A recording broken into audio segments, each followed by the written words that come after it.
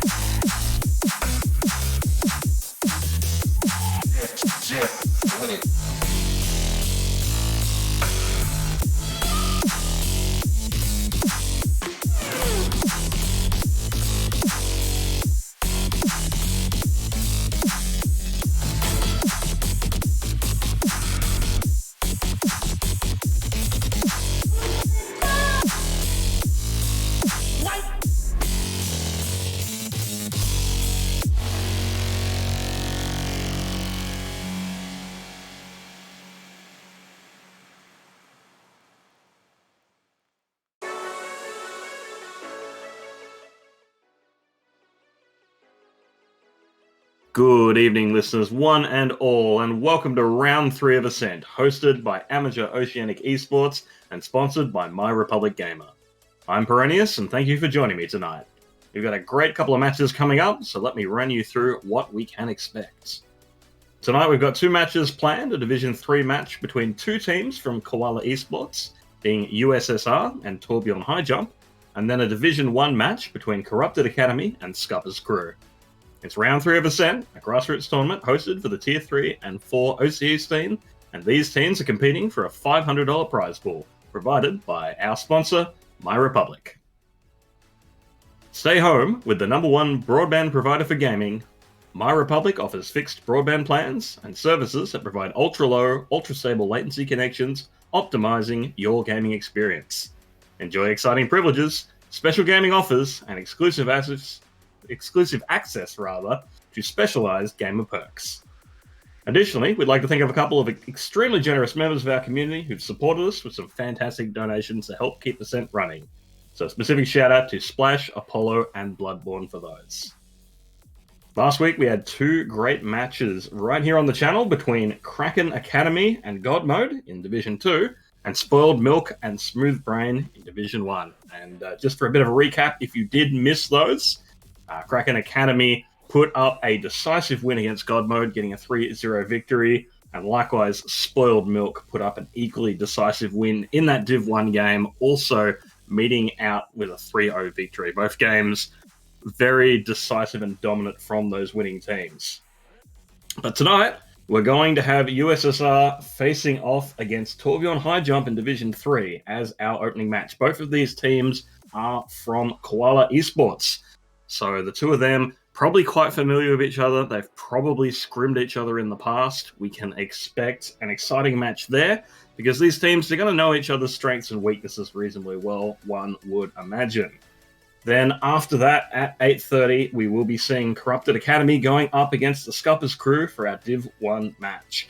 And that's looking like it should be an exciting one to boot as well.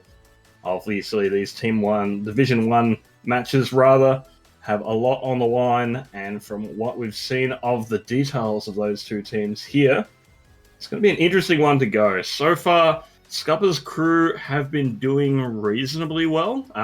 Sort of mixed results for them, but they did take out a win round 1 against Smooth Brain there.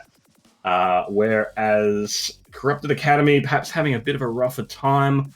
They haven't had a win so far in the season. In fact, it's been 0-3s against them so far. One of those was against the Power Anchors. And as we know, Power Anchors, a very strong team, probably the favorite to win Division 1 at the moment. So perhaps not too surprising there that they're putting up great results against some of these other Div 1 teams. And just a bit of a recap on the format as well. If you're not already familiar, all of these teams competed in a seeding weekend in week 0 to place them into their divisions. It was based on how well they did in that seeding weekend where they played a series of consecutive matches, as well as the average SRs and ranks of the team. And so we've sorted everyone into 6 divisions from there. And internally, each of these divisions play a round-robin bracket. At the end of the bracket, the best teams from each division will play in that division's playoff, competing for their share of the $500 prize pool. The round robin itself, it's going to be 5 or 6 weeks long, depending on the division, how many teams are in it, and then we'll have the 2 weeks of playoffs after then. And each match is a best of 5, and the team that loses the first map gets to pick from all the other map pools. So as you no doubt know by now, we always start on the pole for our control map, and thereafter we go through hybrid, assault, escort, and back to control if we get that far. So definitely a lot of opportunity for the teams to make a comeback if they go down on those early maps, but control is such an important game mode because not only do they help you set the momentum at the start, but if it all goes to that map 5, you want to be the team that's better at control to edge out the win. And yeah, I mean, as soon as a team wins 3 matches, that is the map. The 3 maps, rather, that is the match there. So, just a bit of a rundown of the format, and I'll take you through the specific map pools as we get to each map type. Just make sure that, yeah, so the lobby is just in the process of being set up now. So we should be underway before too long.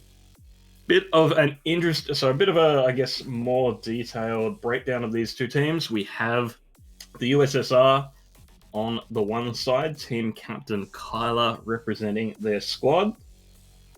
And they finished second in the last AOL season and are currently number one in their division here. So definitely doing pretty well. And apparently within the Koala's internal tournament, they also have been the number one in the last round. So definitely, I'd say definitely the favorite coming into this match. They've had a very strong showing so far, and they've won both of their previous week's matches as well. Although they did drop a map in week one, the U.S.S.R, they got a 3-0 win in round two. So they're looking very strong. And certainly I want to give a particular shout out to the player I assume will be their main tank in W. Slade, because I used to coach Slade back on another team very long time ago now, when you think about it. Probably would have been like a year ago, year and a half. It's been a while. So it's great to see that he's still playing Overwatch and that he's in fact excelling in it. On the other side, we have Torbjorn High Jump, and led by team captain, not captain, KSY. And apparently we should keep an eye out for when KSI actually gets that Torbjorn going. So that should be exciting there. And this is a fairly new roster. This is their first tournament. And they've recently made a change to their roster as well, swapping out their main support for Darcy Gwynn coming in, who will be playing tonight. So it's a bit of change up in the roster there. And as it turns out, there's a player on this team that I know as well, because MechMan57 actually used to be a squad mate of mine way back in my playing days. So there's a player I know on each of these teams, which means you should know that I should be fairly unbiased in this one, because I'm familiar with a player on each team. It's going to be interesting to see how things unfold and if they can make up the difference, because after all, they're familiar with the U.S.S.R. They've lost to the U.S.S.R. in the in-house Koala tournament. Interesting to see if they've been able to uncover some weaknesses maybe and can take the fight back to their older brother team, I suppose. Either way, we should be getting underway shortly, just waiting for confirmation from these players that everything is ready to go ahead. And then once that happens, we'll be able to get in onto this match.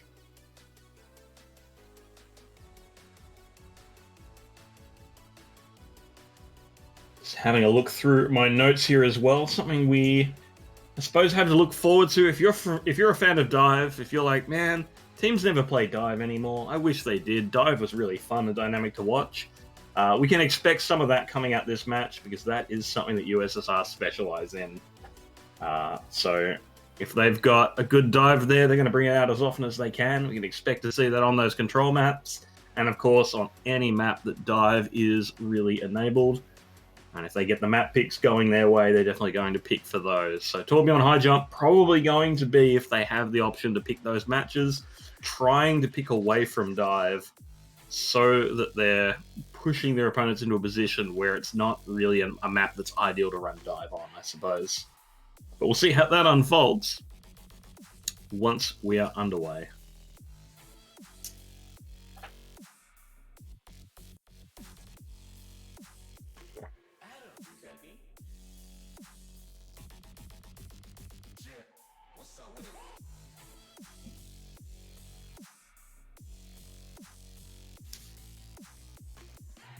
If you're just now joining us, welcome to round 3 of Ascent, hosted by Amateur Oceanic Esports, sponsored by My Republic Gamer.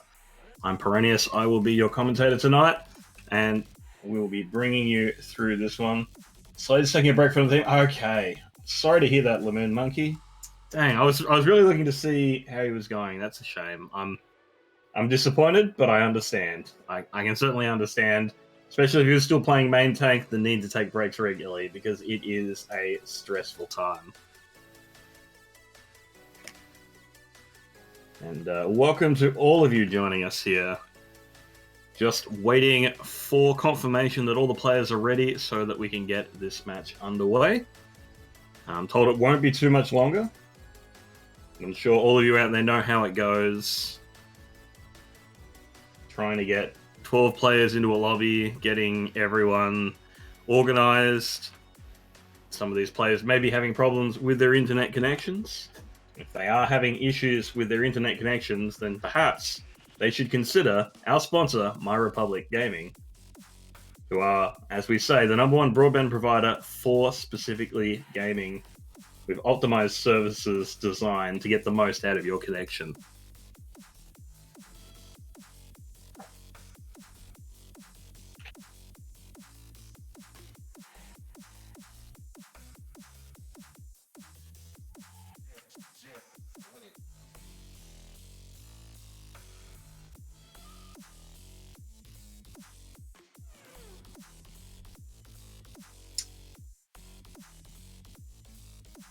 Who's casting? That would be myself, obviously. My name is Pyronius. You may have heard me on the AOE channel before. I've been doing casting for them for quite a while now, actually, when I think about it. So if you're not actually already familiar with me, hopefully by the end of the cast, you're like, yeah, he's all right. I see why they keep him around. If you don't like me, I don't know. Feel free to let them know, I guess. You can also follow me on Twitter if you so desire, but I mostly post about stuff that isn't Overwatch these days. I'm also on Twitter at Pyronius as well.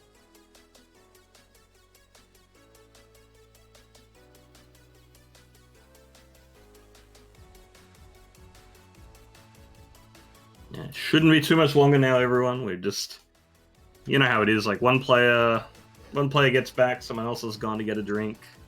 But looks like we should be just about ready to get underway. Bit of a reminder, it will be best of 5, first to 3. We'll be starting on Nepal. And this is round 3 of Division 3 of Ascent. U.S.S.R versus Torbjorn High Jump.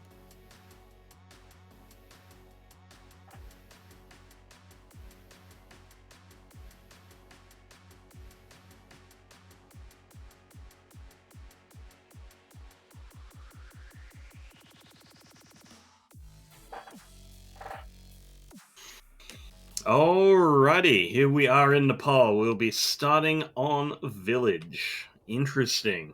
I'm actually really looking forward to see what we see these teams pull out here on Village, because obviously there's a couple of different compositions we can really see come out, depending on how they want to play it.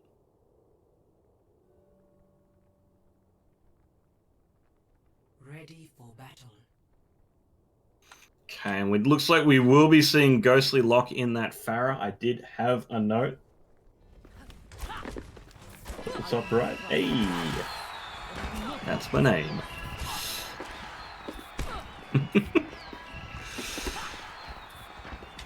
So yes, Ghostly on the Pharah. We've been told to keep an eye out for that one. That's definitely going to be something that Torbjorn High Jump needs to worry about.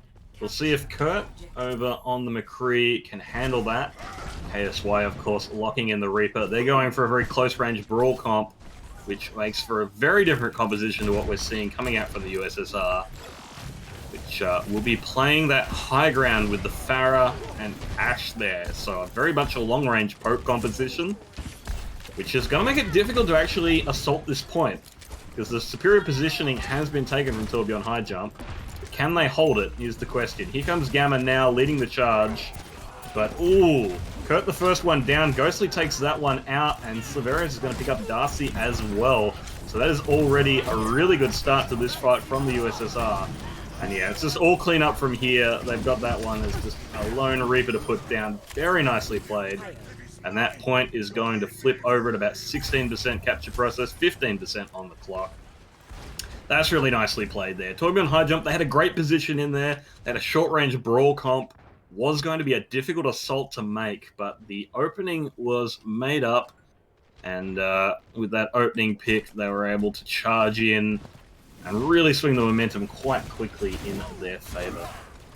Now it's going to be on them to reassault this point, and that's going to be a lot harder because, I mean, Ghostly now has all of the space in the sky. So Vera's getting an opening pick onto the Lucio there of Darcy Gwyn. It's going to be the end of this fight before it even really starts. And KSY down as well. At this point, they just need to reset.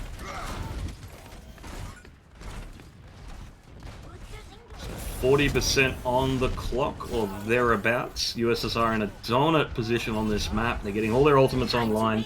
No ultimates yet to be pulled out, but Torbjorn's high jump's actually been struggling to build up that ultimate charge. It looks like KSY actually going to swap off the Reaper over onto the McCree just for some extra hit scan to try and deal with Ghostly's Pharah. Understandably so. Got a lot of tools there to help deal with that. Mechman on the Diva as well, going to be able to eat some of those rockets, try and mitigate the damage from that Pharah. But a good Pharah is such a dangerous threat that you have to deal with. Now we have the pressure on the point that's going to see Gamma come in, but he comes in swinging. Radzi down, Dusty Gwyn cleaned up as well. Meanwhile, Ghostly takes out GSY. Gamma does get taken out in the tail end of that. The tanks are still alive. But it's only a matter of time, and yeah, they will actually reset off the map there. We're now up to 85%. This is looking really good for the U.S.S.R. Torbjorn's high jump struggling to get into this game. They're going to have a Shatter next fight, as well as the Coalescence. We'll see if they can be the deciding factor. They have to worry about that barrage, they have to worry about that grab, and there's Bob there as well. Mechman gets the touch, has bought them overtime, but ooh. Almost struggles to get back onto the point there. Now the grab's in play. This is looking really clean here for U.S.S.R. They're just cleaning up all the kills. And that is a dominant opening round there from U.S.S.R.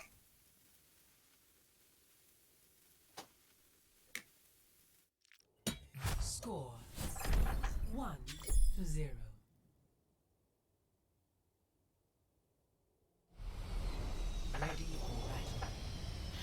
Looks like we'll be heading over to the Sanctum next.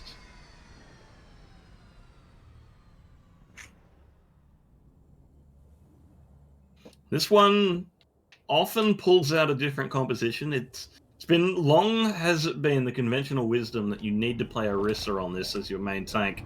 But we saw last week, we saw one of our teams ignoring that to great success, and looks like we'll be seeing it again here as Harry B2K rolling out here on the Winston. Actually going to have a dive composition coming out here from Torbjorn's high jump. Whereas Ghostly is over on the Torbjorn on the part of the U.S.S.R. And Gamma are going to be locking things down with that Orisa as well. So we'll see how it unfolds. We're still in the early poke stage of this one. Here comes the dive in there, but maybe not as clean as they would have liked. They get the turret, but Harry ends up a little alone there until his Diva catches up to him. Allows them to whittle him down, and it's going to see a reset. Ooh, Mechman actually getting demeched there.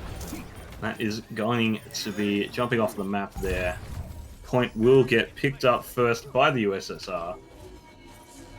And already a swap coming through. Mechman going to go over onto the Orisa. Harry's over onto Sigma. So a bit more of the bunker composition here.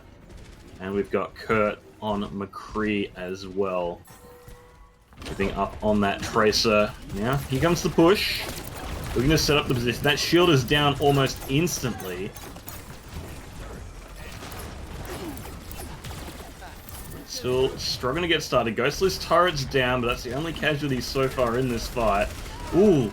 However, Yeet and Ghostly get picked up by Kurt as well. Big opportunity here for Torbjorn's high jump. They're now moving onto the point. Still need to position this. Ooh, but Echo takes out Slavarius there. KSY putting in the work. Now it's just cleanup. But Temporal able to buy a lot of time on the point there. It's a lot of extra percentage. Yeet comes back on there, trying to keep the stall game up, but is not able to do so. 50% on the clock is the progress U.S.S.R is going to pick up here. Still, they've got a lot of ultimates about to come online. They're going to have a strong retake potential here. Radzi does have the Transcendence, so that could do a lot to frustrate those plans.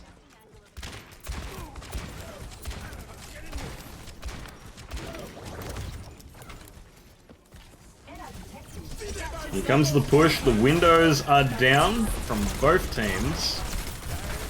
And Echo is actually going to... Ooh. Yeah, 2 different immortality fields pulled out there thanks to the Echo ultimate. Oh, that's a huge boop from Yeet. Just sending 3 players flying down into the pit. Just goes to show, immortality doesn't mean a thing. If you get knocked off that map, you'll be heading back to spawn all the same. And that makes that for a very cheap fight for U.S.S.R. So many ultimates used on the side of their opponents, and yet it's a Lucio boop that shuts it all down. Looking really good for U.S.S.R here. And Torbjorn's high jump, they're going to be reeling after that one. They invested a lot of resources into that. Now the Deadeye coming through. Does manage to pick up Kyla, but goes down a moment later from Ghostly. Ghostly picking up Darcy as well. Torbjorn doing the work here, and Severius has picked up Neckman. So again, U.S.S.R will hold here. Torbjorn's high jump, they're going to have one more crack at this point. They need to group up, they need to make sure no one gets picked off. So they're playing very defensive. Now they're having to push in, but they're pushing straight to a Molten Core. Bit of a rough position to start in, and the follow-through is there. Yeet's getting the boot kill. Oh, this is a slaughter. U.S.S.R just absolutely destroying these players from Torbjorn's high jump. That puts up a decisive win here.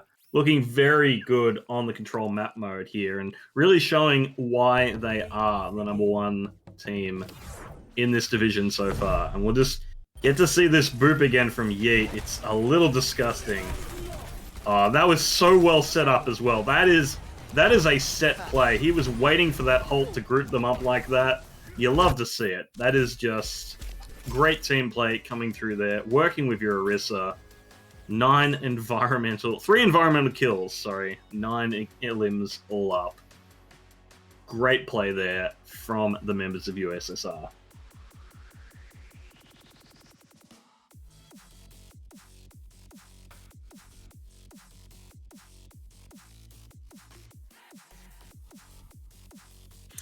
So with that, we will be heading over to our next map mode, which will be hybrid.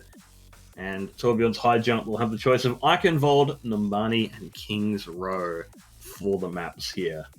It's going to be interesting to see where they go with this one, because, well, we saw a lot of Numbani last week, and Numbani does play well into the dive style, but U.S.S.R are known to be good at the dive style, so maybe that's not where you want to go. But Eichenwald, until you get to that final point, you can run dive in that pretty well as well. King's Row is probably the place to go if you don't want to run into dive, and King's Row is where we will be going as well. Perhaps not too surprising, it's often a crowd favourite, certainly a favourite map here in the OCE scene, but seems to be mirrored throughout the world as well. And it looks like we will be getting underway in just a moment. For a bit of a reminder, if you weren't already aware, there are no hero bans in this tournament. So if a team wants to pull out the goats here, they absolutely can.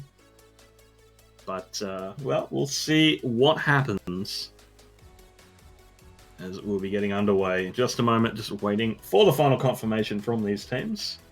And we'll be loading into King's Row.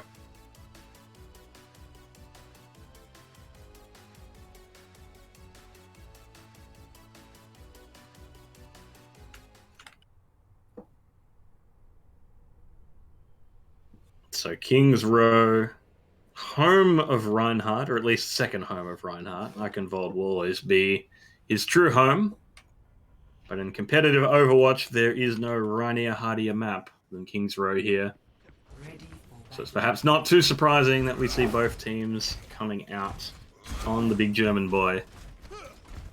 We will have Torbjorn's high jump looking to attack first here. And I imagine KSY probably not leaving spawn on that Torbjorn. Kurt may be looking for the one-shot swap from the Widow. We don't know where they're going to go with that. But the defenders here, we do know what they're going to do. And they're going to be running the Mei Reaper composition, the one that for so long was so strong and has caused the bemoaning of Mei from many a player.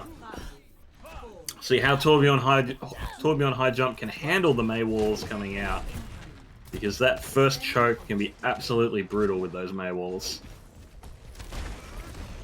Okay, looks like the defense actually not looking to hold that far up.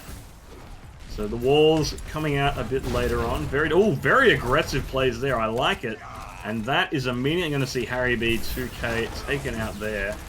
Rest of the team now in full retreat as they have to be. KSY actually does leave spawn on the Torbjorn. Gets cleaned up, but Yeet has gone down. With the loss of that Lucio, that's a big opportunity for Torbjorn's high jump now. And we'll see if they can take advantage of that. Darcy hopefully going to run the team out here. Done some swaps of their own. KSY going over onto the main now. Looks like they weren't looking to press the advantage. I mean, Lucio does get back very quickly, I suppose, but it would have been nice to see them try and take that 6v5 fight. Harry 2K going down early, again, is not a great start. They did pick up Silverius, but with Kurt going down there as well, it is time to retreat once again. Ghostly's here to try and prevent that with the walls. And Superpower Relic just going to get a lot of work done on that Zarya. Already got the ultimate charged, in fact, which is some really good Zarya play there. Getting a lot of charge early on and then putting it to good use. Is, of course, the downside of the Torb turret. It can be very easy to get some Zarya charge, whereas a defensive Zarya might struggle to get that charge. Now the grab's in. The wall gets put up to try and protect them. And does do a pretty good job, but Gamma's not saying any of that. Goes in with a charge. Follows through with a shatter as well. Actually does get punished and taken out for that one. It's a messy fight, but it's still looking pretty good for the U.S.S.R.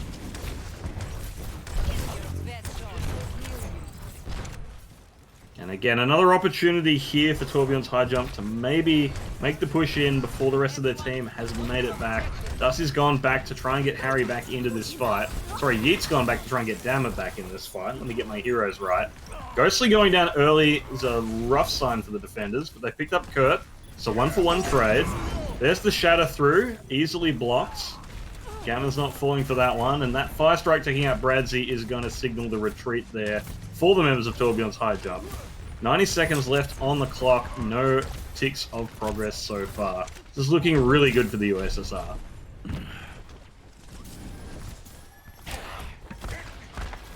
Once again, Torbjorn's high jump, they're grouping up here. They've got a few ultimates online. They're about to have their grab. They've got the Blizzard as well. They've got some powerful tools here.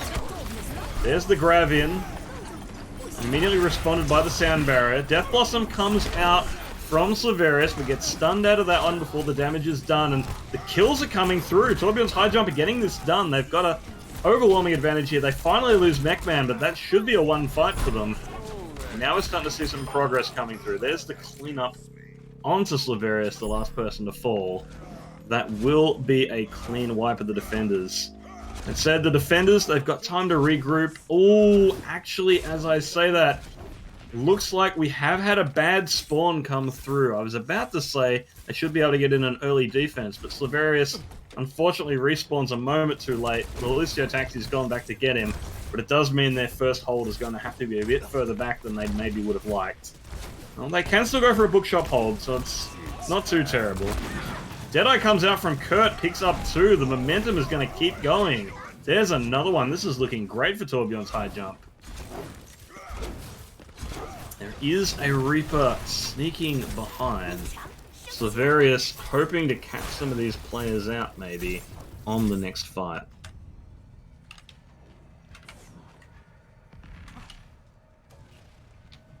The payload's going to continue to move forwards. Rest of the members of U.S.S.R. grouping up. Much better. I don't know if they know Silverius is there, but Silverius now teamed up with the rest of his members. That said, Gamma and Ghostly have gotten some opening frags there. This should easily be a successful defense. The remaining members of Torbjorn's high jump in full retreat. And with that, the momentum shifts back to the U.S.S.R. They have control of the payload and aren't likely to give that one up too easily.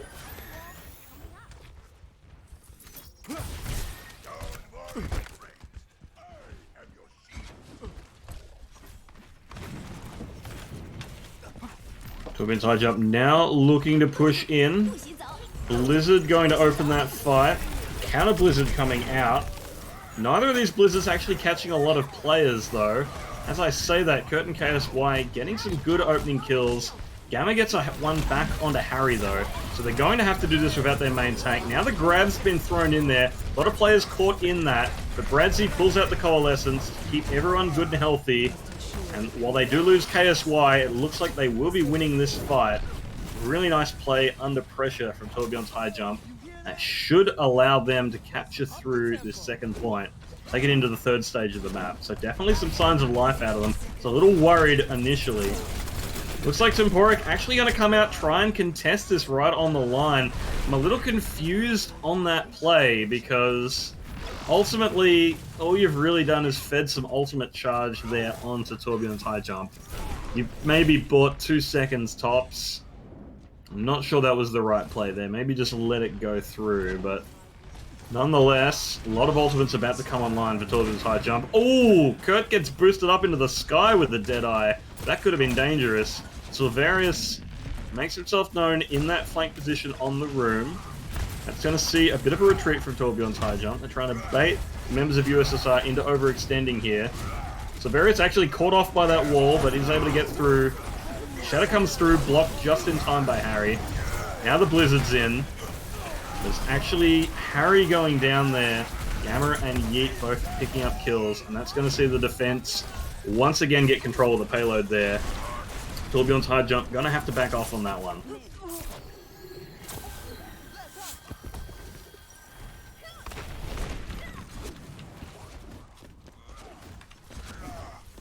Ultimately, a pretty cheap fight win, actually, for the U.S.S.R. 2 ultimates wins them the battle, and they've still got another 4 in the tank there. Ooh, Death Blossom comes out, but is immediately stunned once again. They really have been controlling Silverius quite well. Self-destruct is in, and actually the Blizzard coming out as well, but the rest of the team's not really there to follow it through. They managed to pick up Gamma. Now the Shadow's in as well. Silverius gets knocked to the ground. Bubble's there, but can't save him. And now we've just got a lone Lucio on the payload who gets cleanup there. It's going to get this payload moving once again. There's going to be one last chance to recontest this from the defense. U.S.S.R. though, they need to make sure they group up. They want to come out with 5 people here. Looks like they have split over both doors to make sure someone gets on that cart. Ghostly's there on the May. Really good cart stall coming through. Ooh, Mechman eats the Grav. That could be a key one, but with the rest of the members of Torbjorn high jump in retreat there, I mean, they've got time. They're just trying to get through, but they need to get back on this payload. They do push back forwards. Now the Blizzard coming through from Ghostly, who does actually get knocked off the map there, but again, buying a lot of space, forcing the members of Torbjorn's high jump to come in one by one, allowing them to be whittled down here. This is such a difficult position to entrench, to unentrench rather, from the defenders, and those fast respawns coming through absolutely mean the defense able to hold here. 65.34 meters is the distance, a respectable hold, but it can be so hard to unhorse that defensive position, I suppose, if you don't get those clean wipes.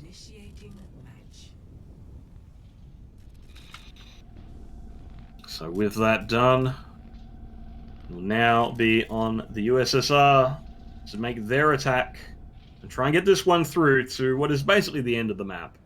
And if they can do that one, they will be picking up King's Row as well.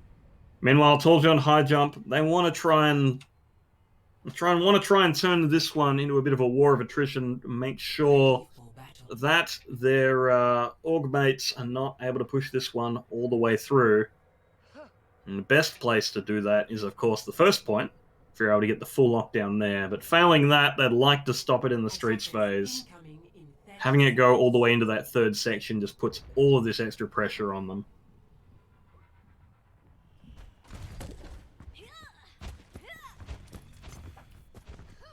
But we'll see how it goes. We're going to be seeing a very similar composition out of Torbjorn's high jump on defense as we saw on their attack. KSY on the May, Kurt on the McCree.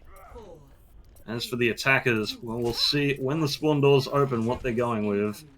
So the Widow just there for some scouting. Silverius will be swapping back over to the Reaper, so it will be the Reaper May once more. So we make our way onto this point. Just a really aggressive push here. There's the response. Gamma almost getting caught off by that wall, but not quite. Does manage to get back to safety. Now Gamma going in with a charge. Really aggressive charge. gets punished for it pretty hard. It's going to be very difficult now for the members of the U.S.S.R. to cap this point. They will need to retreat, and it's just a matter of how much damage can be done on the retreat in order to charge up those defensive ultimates. They actually get out fairly cleanly, all things considered.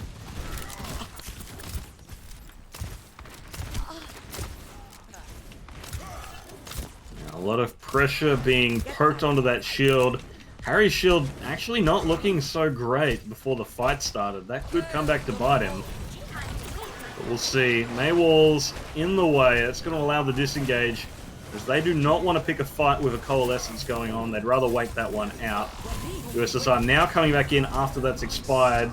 There's a Nano Reaper on the field as well. Harry goes for the Shatter the moment his shield goes down, but they pick up Ghostly in that Shatter. Damage, however, is a little mitigated by Harry going down, but the Deadeye picks up Kyler. This should still be a defensive win here, and with Gamma going down, it guaranteed it will be. It's just a matter of staggering out these kills. With Temporalic going down there, that's going to be a lot of Zarya charge, reset back to 0. And, a late stagger onto Slavarius is going to make sure they've got time to get their main tank back to the point as well. So that is fantastic for the defense here. 2 minutes 10 left on the clock. They're halfway there. They've only given up a single tick so far. If they can keep this up, they may yet have a hope at holding off this onslaught. But Gamma's coming in, and he has almost got that Shatter online. That's going to be key. Oh, it's a huge Shatter. Almost the whole team picked up there. And, well, that's it. Fight over. Yep. Sometimes there's a lot going on, and sometimes Reinhardt lands a big Shatter and sends the whole enemy team to the dirt. Still, the silver lining here, Torbjorn's high jump all get their forward spawn, which means they can go for this early defense, and go for it they have. Gamma gets slammed into a wall. Looks like the Mei will... No, never mind. Ghostly is not able to escape. And U.S.S.R. did not know what hit them there. That just came charging straight into them. Great plays there from Torbjorn's high jump. Definitely getting over some early jitters on map 1 to put up a much stronger performance here. Another great Mei wall. That one gets immediately destroyed. That's what they need. But, ooh, big Shatter coming through from Harry. It's going to send the Mei to the ground. She does get into her Ice Cube in time, however. But they picked up Temporalic, so that should limit it. And Gamma is not getting away either. So with those kills coming through... Ooh, a late one onto Yeet as well. They're going to go hunting for kills now. But yeah, the rest of the members of the U.S.S.R. backing up, making sure they're not easy targets to be collapsed on. Torbjorn high jump. They've got this great early hold position here. 3 minutes on the clock, though. There's a lot of time that they need to burn off. And, well, almost 6 ultimates coming up against them. I'm liking the aggression coming out from the defense. They're not giving the U.S.S.R. time to unload anything. They know that their opponent has ultimate advantage. But if they are able to execute on their opponent before their ultimate can pull... before they can pull out any of those ultimates, it doesn't matter. As long as they keep winning these fights without over-committing the ultimates, it's going really well. So, yeah, a cheap fight win using both the Blizzard and the Deadeye, you take it. You absolutely take it. Because that was a fight that your opponent had the advantage on. Now we're in another situation. Great Mei wall coming through. Splits the team in half. They've already killed Kyler. They're looking for more. Blizzard, Death Blossom comes out late. Does actually pick up 2 from Slavarius. Because the Diva Matrix doesn't quite hold up there. Slavarius has single-handedly opened this one up. And there's the Shatter coming through as well. That's the exclamation mark on the end of the sentence. But Slavarius, it looked like it was a late Blossom, but it pays off. He picks up the supports, and that just sets up the team for victory. Now they've got control of the payload there. Still going to be another opportunity for a defense in this second phase, though.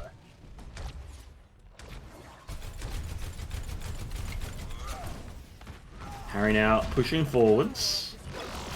Got a couple of people playing footsies on that corner. You know he's got Shatter, and his opponent doesn't, so he's looking to drop it. Ooh! But there's the grab coming through before they're ready for it. And with that, Harry's going to get deleted out of the game. It's going to be very hard to get this payload back under control. They're going to give it a go, it looks like, but looks like the members of Torbjorn High Jump maybe a bit split up there, maybe not all on the same page. And when that happens, it's just a matter of picking off people one by one. They will buy some time staggering out on this payload, but it will be getting through to this third phase. 2 minutes on the clock. 2:15 rounds, 90 seconds more is added in there. And it's time for the last stand. There's an opportunity for 2 more defenses here if the defenders go for an early aggressive push. It's how they've been playing so far. So I imagine they're going to look for this fight fairly soon, but well, maybe they're letting it go. If they leave it too long, there's a real risk they don't get another fight. But there's the Blizzard in. It's going to delete Gamma, and that is going to mean a retreat from the members of U.S.S.R. Lucio Taxi taking 4 out there, and the Reaper is going to be able to teleport to safety as well. So this is where we come down to brass tacks. We've got 90 seconds left on the clock. We've got a very short amount of distance left on this map. Not a lot of breathing room for either team here. Ooh, that's a huge shatter from Harry. Severius pulls out the Death Blossom, though, and has picked up 2. It is 2 for 2 in the kill feed. Harry makes that 3. And, oh, that's so close. It looks like the defense should be able to hold out here. You've got to be kicking yourself if you're Severius, because that Blossom was absolutely huge.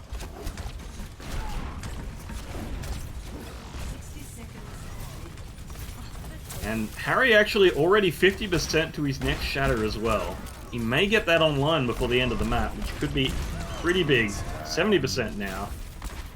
Deadeye, well, Deadeye comes through, but the May Wall gets put straight in his way. 40 seconds left on the clock. Time for 2 more fights here. Ooh, but with a shatter like that, there may only be the one. Harry gets deleted off the map. Temporic's Grav gets eaten. So it's not necessarily over. Good play from Mechman there, keeping the dream alive. KSY has gone down, but not before Gamma. Still, they've got to keep on this payload. This is anyone's game here, and the defense respawn advantage could be absolutely big. Harry's back into play, but he's getting CC'd really hard by Ghostly. Big shatter over the payload just to try and dissuade it. And now the defense really starting to get in control. Mechman's back on the Wrecking Ball. Respawn's coming back from the attackers as well, but a Blizzard over the payload is going to lock everything down. They're not going to be able to get there. I say that Silverius gets onto the payload, buys some time, and the members of U.S.S.R. desperately trying to play this one out. They've only got 3 members there. Silverius pulls out the Deadeye, but KSI has nothing but contempt for that. Puts a shot right between the eyes. It is just stall here from the attackers. We've got Ghostly back on the Doomfist, but not for long. And it is just a matter of time until these defenders are able to clean up the last... Ooh, that shatter there onto Gamma is going to be the end of it. Charged away from the payload. That will be it. Torbjorn's high jump. Bring it back. We're going on... It's not going to be a straight sweep this series. Fighting back and doing an incredible job.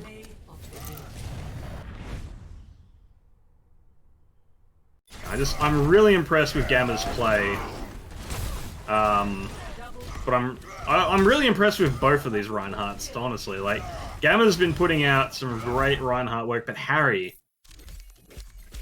just the way they ran that defense in the first round, the aggression we were seeing from Torbjorn's high jump. This was a team that were beaten into submission in the control round, and then we see them take an incredibly active, aggressive defense. Absolutely pays off. So I'm really liking what we're seeing from Torbjorn's high jump. They definitely look really good here on that hybrid mode. They're just calling these fights really well. They know the win condition coming into the fights. They know what they want to do, and they're able to turn fights where their opponent has 6 ultimates into wins because they're executing their plan faster than U.S.S.R. can execute theirs. And that is absolutely the way to go.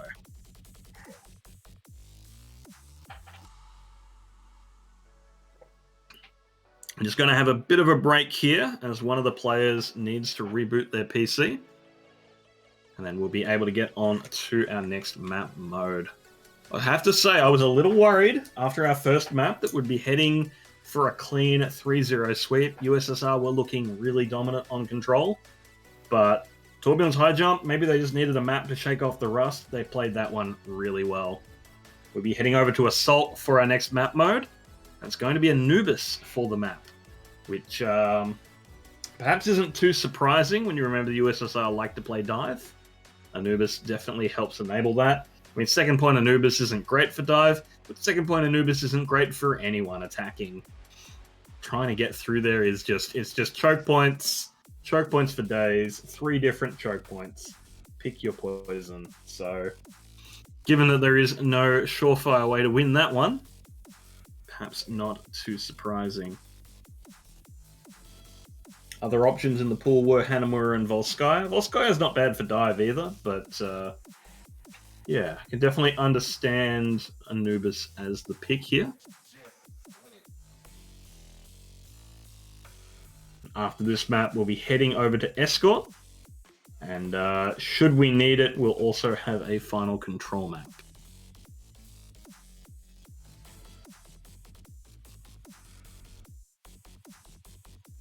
If you're just joining us, or if you've joined us halfway through, this is round 3 of Ascent. U.S.S.R versus Torbjorn High Jump. Both of these teams are part of the same overarching org, so they've had a fair bit of experience with each other, I would imagine. Certainly, they've gone head-to-head before in the Koala's internal tournament. And of these two teams, U.S.S.R, they were the favourites on paper ahead of time. And certainly in control, they were looking like the favourites as well, but Torbjorn High Jump finding Max strong in that last map in King's Row.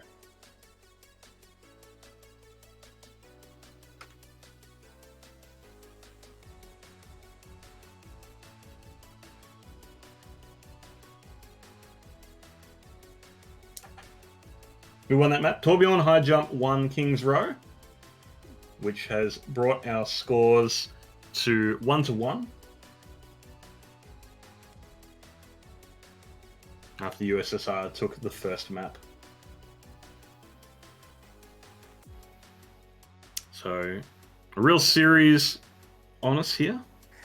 We'll be heading over into Temple of Anubis shortly. Once again, another shout out to our sponsor over at My Republic Gaming, #1 broadband provider for gaming. If you're looking for a specialized service that caters specifically for you, be sure to check them out. And a big thank you to the generous donors of our community who help keep Ascent running and help ensure that we can bring you high quality broadcasts every week.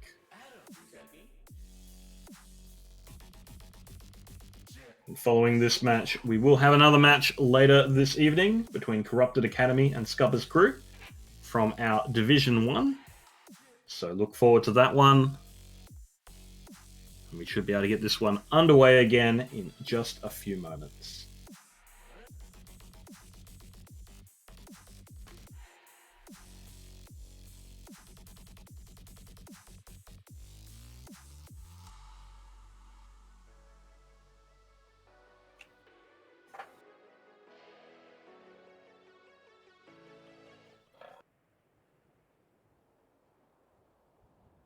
So here we are on Temple of Anubis. Had a swap of sides. So Torbjorn High Jump will now be playing from the blue.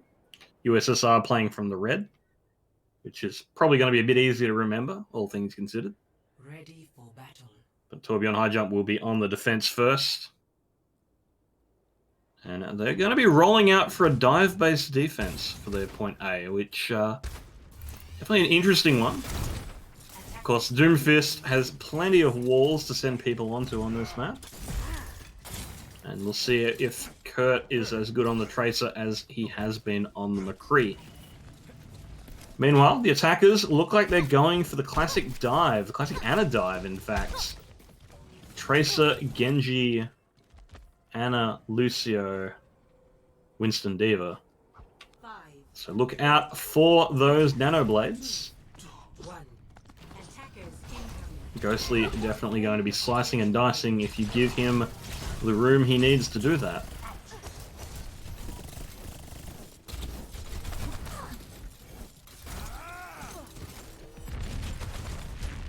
Just a bit of early... Ooh, we're going for an aggressive dive in from the defense.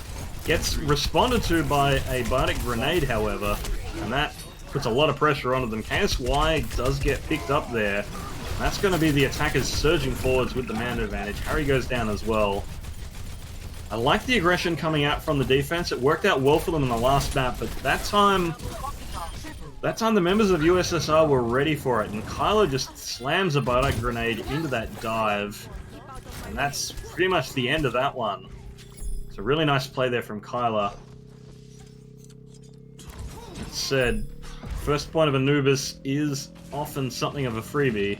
Second point is where it is all at, because this can be such a nightmare to take.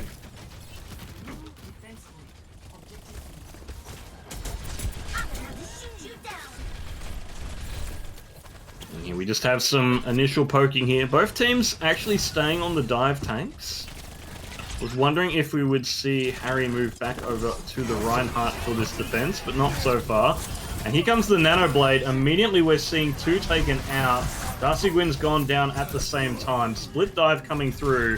And that is going to be an easy takeover from the U.S.S.R. unless Torbjorn's high jump has something to say about it. They have managed to get D.Va back onto the point. Self-destruct going off. Ooh, that's going to wipe up the few remaining defenders. Desperation time here. They're definitely trying to stagger onto this point, but the kill feed overwhelmingly coming through red, and that will be a capture. 5 minutes, 5 seconds left on the clock here for U.S.S.R. Really, really clean takes. That is nasty.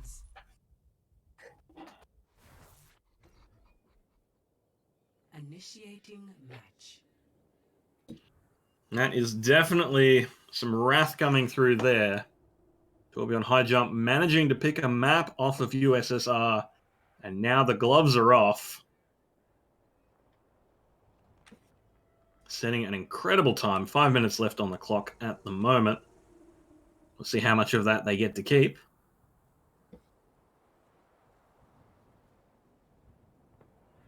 Ready for battle. As we move over to the defensive phase. And we're going to have another bit of a shuffle. So what I've noticed so far, Torbjorn high jump, they seem to have an interesting situation because Harry is normally on the main tank. But when they pull out these Orisa-based compositions, it's Mechman on the Orisa and Harry going over to the off-tank on the Sigma here. So it's not unheard of, but it does mean that they really, it's all or nothing with these swaps because they are, if they're swapping their off-tank or their main tank, they're swapping both tanks. And that's normally the case anyways, but there are times where you might just swap one role.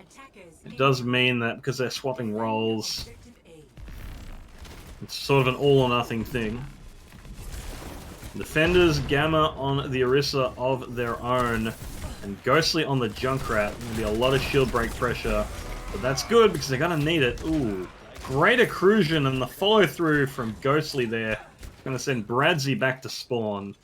That's going to be rough because he's got to get through. The rest of the team actually continuing the rotation without him. That's their main healer. Yeah, and they will be coming back now.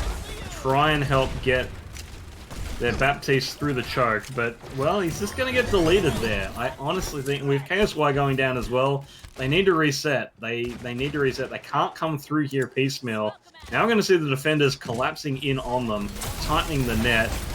Another great biotic grenade coming through from Kyler. And this is going to be a quick and nasty fight in a tight space. Ghostly now at 90% to that ult charge. They do get a fadeaway kill onto Slavarius. That's going to be an opening here to try and get this next attack through before the Ashe is back for the defense.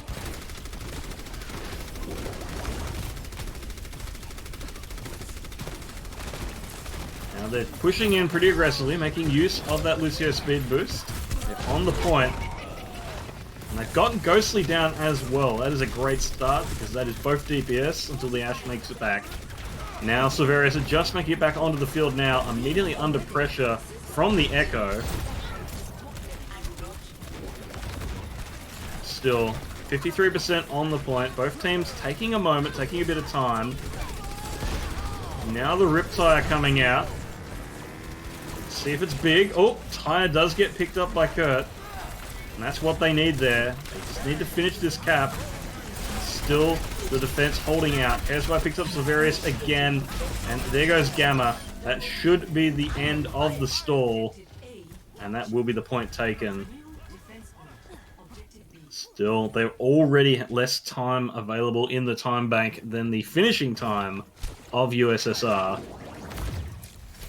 And with the Orissas out, this is not the speedy comp that we saw cleanly take this second point. The snowball was real. I mean, there's still an opportunity for snowball. The Bongo is going to come out, and we have the Flux over the top as well. Now Bob's on the field. Sound barrier there to boost everyone up as well. That is all of the attacker's tools coming through here now. The kills, not there. They haven't really been able to capitalize on it. Finally, Kyla's gone down, but this isn't the clean fight win that you need to take the second point of the 2CP map. Bradsey going down means the defense now starting to pick up some attrition on the attackers. And there goes Ghostly. And this is still winnable, but the attackers, they need to pick up more kills and a lot faster. There goes Temporalic as well. This means that the pressure is now back on the defenders, but without their main healer, yeah, they're vulnerable to that. Gamma just gets nanoed, charges forwards, and just eats all that damage and wipes the remaining members there of Torbjorn High Jump. So all in all, it was a long fight. It took like a minute and a half off the clock. No progress to be spoken for it. Back to the drawing board for the members of Torbjorn High Jump. And they will be swapping KSY onto the Reaper. Let's see if that is the difference that's needed.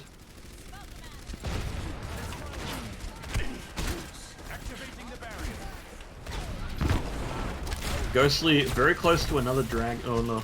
Yeah, not close to another Dragon Blade. Not going to be able to get the nano for that one though. Kyla a long way from that one, but that nano did win the fight, so. Kurt down early is not a good start. Yeah, this is over already. That's another scuffed attack.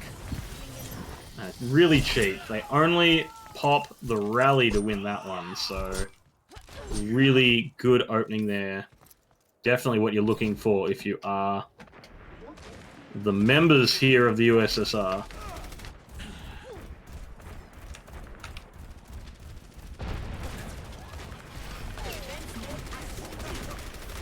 Torbjorn High Jump, they look really good on King's Row, but they seem to be struggling here on Temple of Anubis. And Darcy picked out on the approach as well. It's just going to be more time off the clock.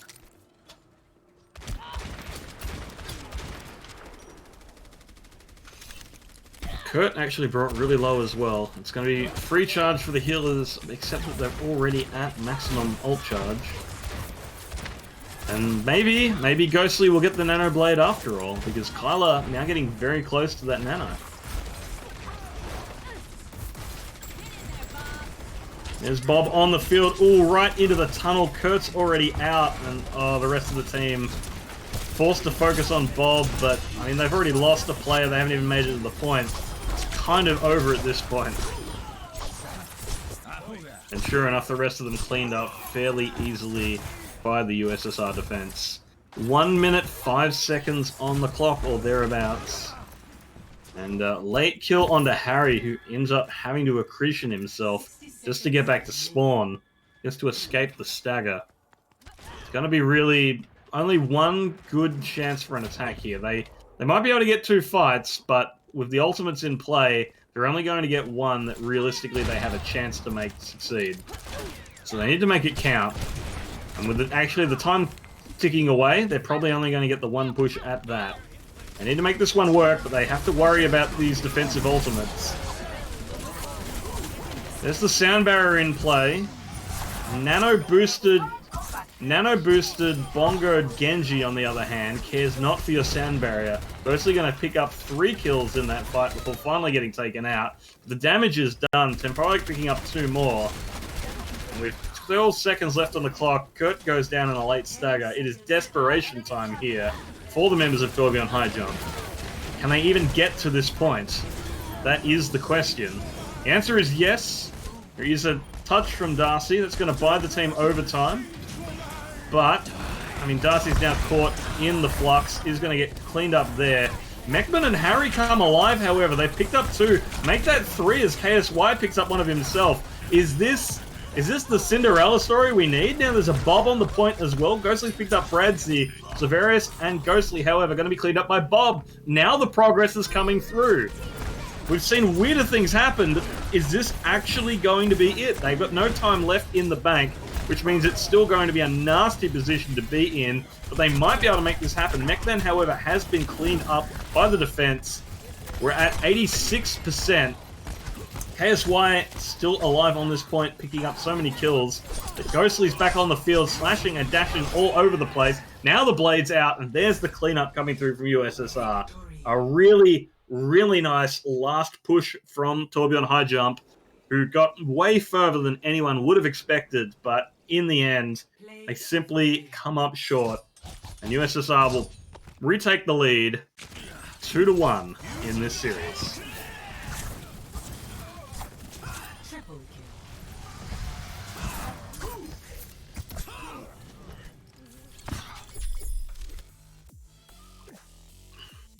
And that was brutal. Don't mind me.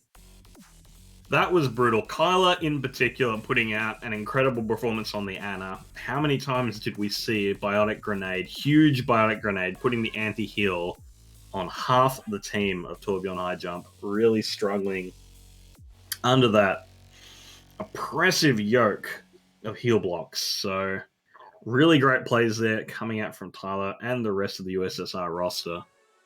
And is going to send this one over to our escort game mode. And yeah, U.S.S.R. at match point now. First team 2-3 will win it, so this is going to be their opportunity. Torbjorn High Jump, we saw them play really well on Hybrid. Let's see if they're just as good on Escort. And let's find out what map that they'll be picking up.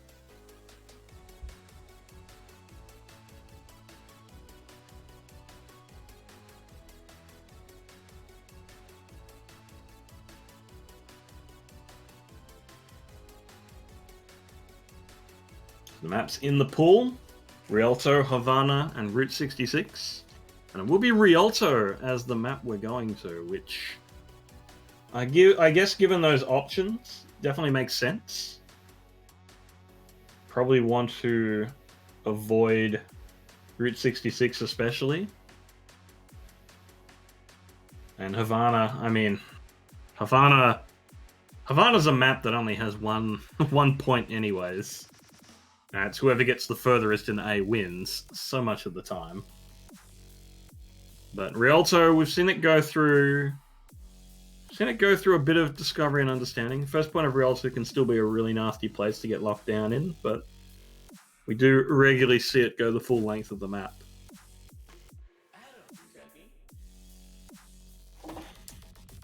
We'll see if Torbjorn High Jump can give us some more of their dynamic, aggressive defense that played for them so well in King's Row.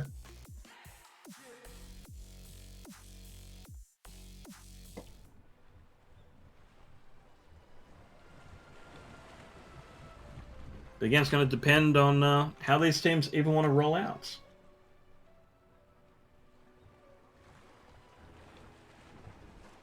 Ready for Yes, perhaps not too surprisingly, we are going to see Torbjorn High Jump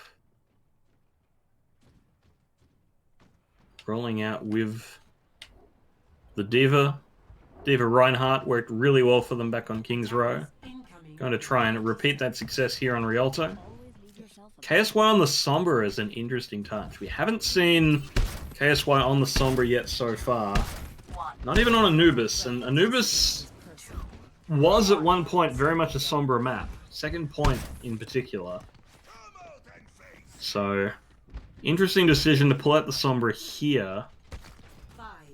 Ghostly will be on the Genji, with Slavarius on the Tracer. So, U.S.S.R. going with what working for them so far.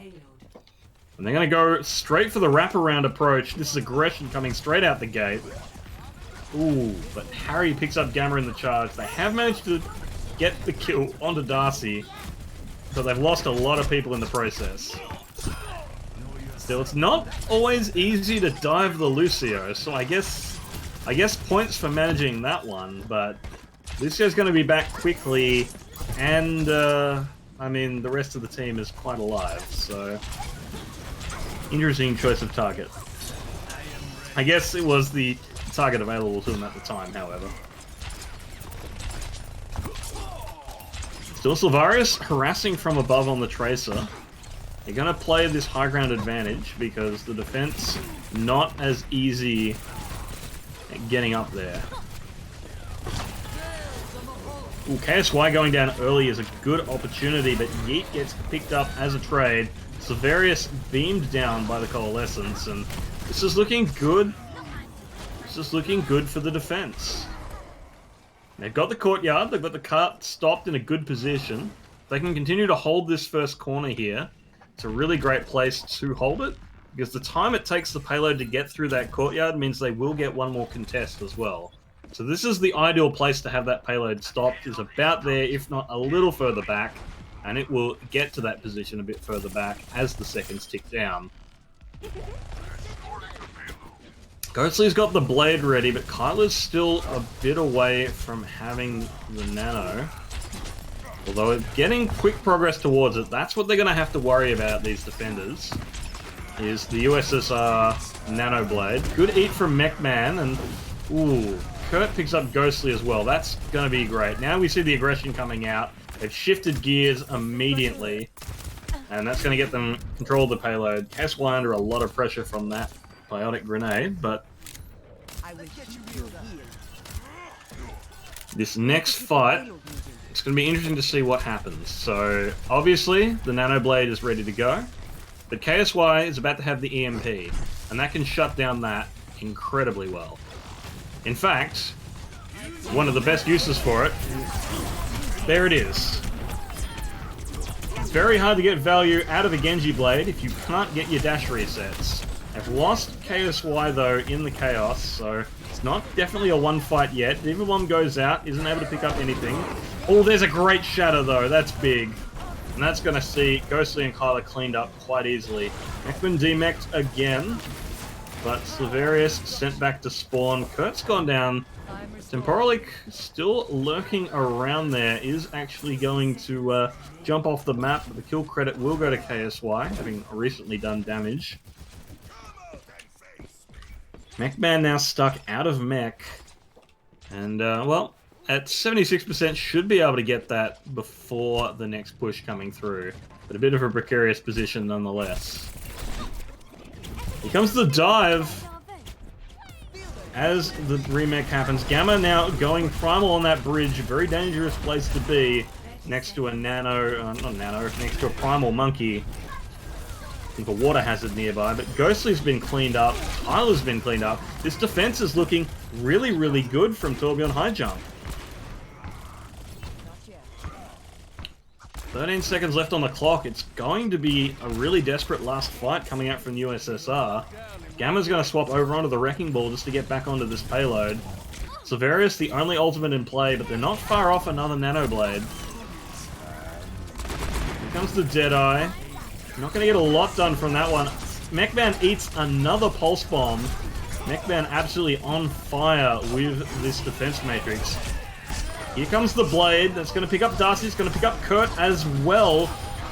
Got to pick up Bradsey mid-coalescence. Maybe, just maybe, they can get this one going. U.S.S.R. in desperate territory. Diva Bomb over the top from Mechman is going to cause a bit of a disruption there, but in the end, oh, does actually get the kill onto Yeet before getting cleaned up. Darcy's made it back just to tag there, and KSY actually gets the kill onto Temporalic. The defenders are getting their respawns in here. It was looking dangerous for a moment, but now it's looking really, really good. Gamma's got the nano just to try and buy some time, but still no health left. Needs to get back to the payload. It's just a couple of people stalling on it. And it getting cleaned up, the defense absolutely comes alive. Torbjorn High Jump They may not have looked great on that assault map, but the defense comes aligned when there's a payload in play, and they hold their opponents at the first point. To 0.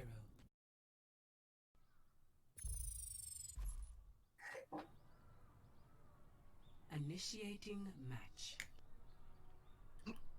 I have to say, whoever is doing the in-game shot calling for Torbjorn High Jump, they're doing a phenomenal job, especially on these payload-based defenses. They're picking fights on the right times, they're executing these plans, and it's really making the U.S.S.R work for it.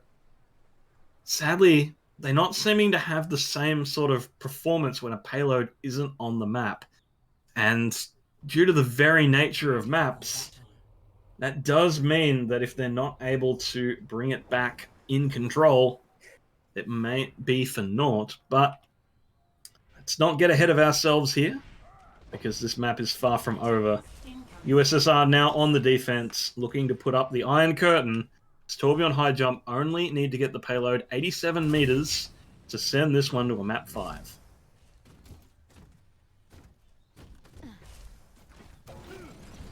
Looks like Gamma will be back onto the Reinhardt here. Ghostly playing the Pharah, which definitely a good map for Pharah, this point A defense. A lot of buildings to take cover behind. And Ghostly was putting a lot of work on the Pharah over on Nepal. Enemy turret here. Silverius on the Torbjorn. Ooh. Again, Silverius has been doing really well on the Torbjorn, putting in a lot more damage with those left clicks than you normally expect. Going to see some immediate changes from the attackers as they pull out the Widowmaker McCree, not wanting to take Ghostly lightly on that Pharah. Now the aggression comes forwards, tank line, get this payload moving.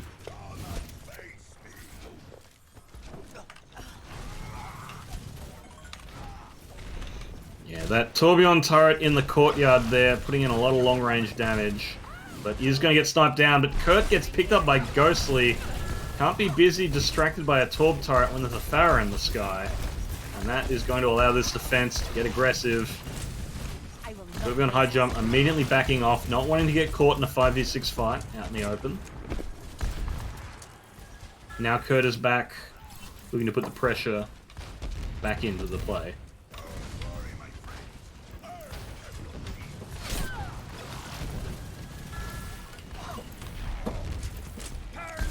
Now Torbjorn High Jump, starting to get the aggression moving forwards again. Still, Kurt's trying to neutralize and will neutralize that Torb turret. Now there's the fight in the courtyard. Gamma gets caught out.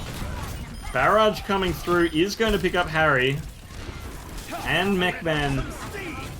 Ooh, Ghostly putting in so much work on this Pharah. Rez will come through onto Gamma as well. Kurt did get a late kill onto the Baptiste though. That could be an opportunity because that one can't get rezzed. They might have a chance to push into this 5v6.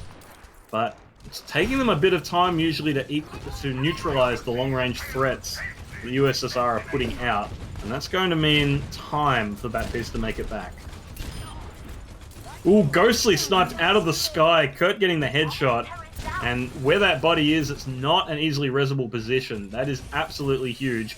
Yeet going to go in for it. Is actually going to get away with the res.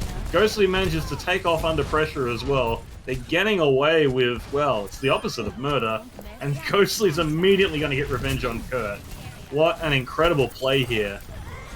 Yeet going for the daring res absolutely plays off. And that's going to see Torbjorn High Jump backing up once again.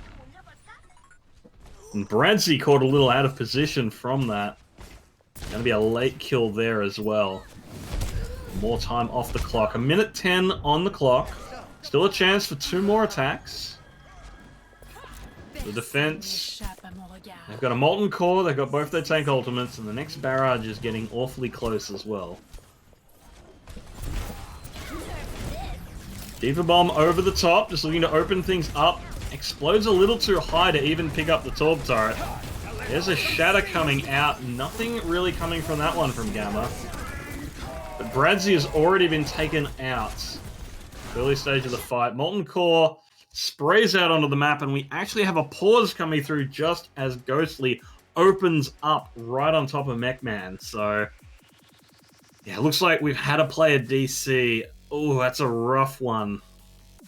That is a rough one, as we've actually just lost Harry 2000, Reinhardt of Torbjorn High Jump. That's going to be him respawning with no ultimate charge. That's definitely a blow. Meanwhile, it looks like Darcy is actually mid-channel of the sound barrier, so should be dropping that beat. May allow him to keep Mechman alive under this barrage.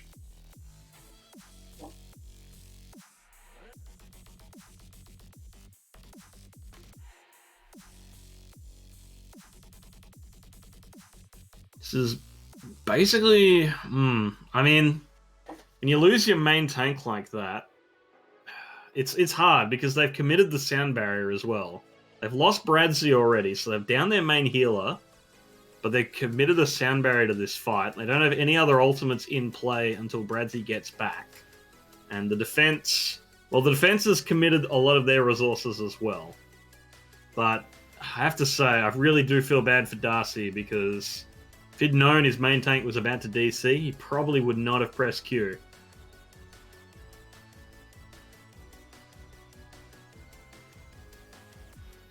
It's a rough position to be in. And it really is, the position is, do you just abandon this fight and go for the reset and try for your one last fight if you are the members of Torbjorn High Jump? Or do you try and win this one here? Because they haven't picked up any kills yet. It's a 4v6, but they just popped the sound barrier. Maybe they can pick something up quickly. It's hard though. 4v6 when you're running a Widowmaker as well, unless your Widowmaker starts popping off, you just don't have the local presence in the fight. And they've got all these fire hazards to worry about. The Torbjorn turret is still fired up as well.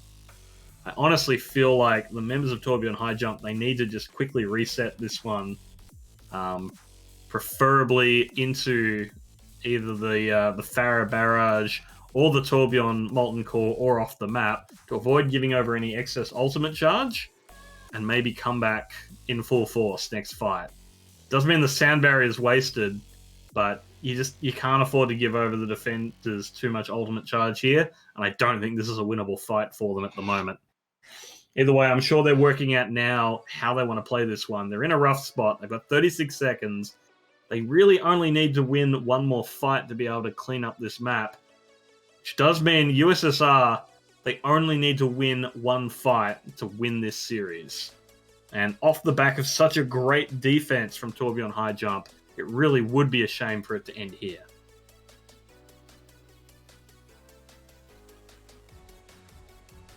But at this moment, we're still just waiting to hear from our teams about what's happening. Harry B2000 unfortunately disconnecting in the key fight here at the end. You hate to see it.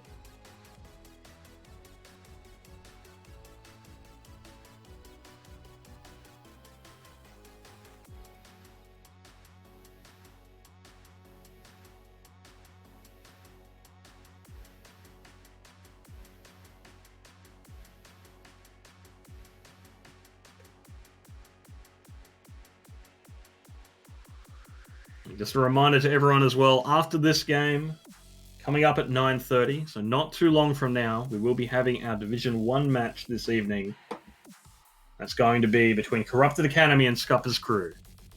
So look forward to that one. These Division 1 games, always the height of what we see here at Ascent. These teams going at it for their share of the $500 prize pool, proudly provided by My Republic Gaming. #1 broadband provider in Australia for gaming services.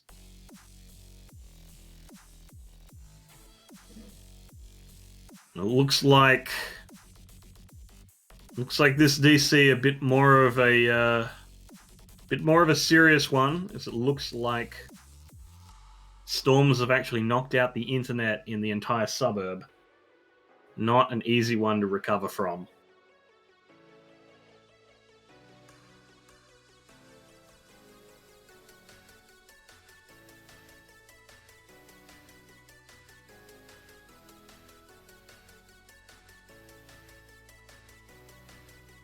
hate to see it after Torbjorn high jump fought so hard on this map.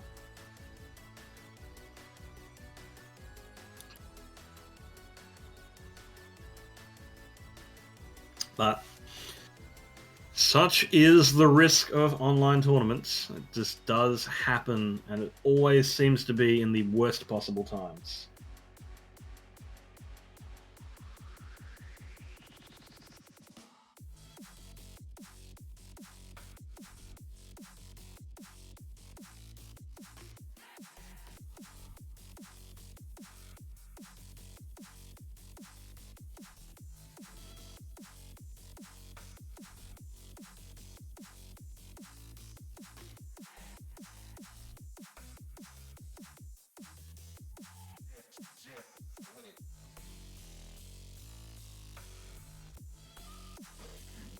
So we're just waiting here now to find out what is going to happen with the rest of this match.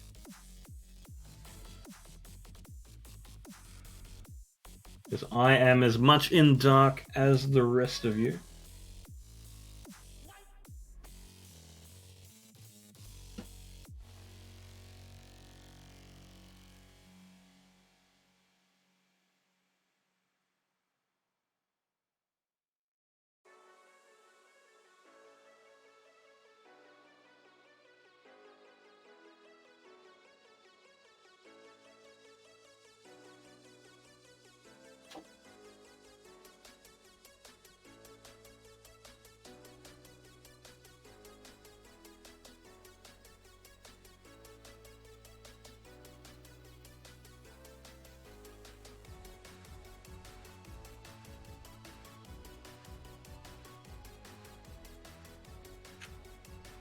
Which team is affected? It's Torbjorn High Jump, who've had one of their players, their main tank, disconnect.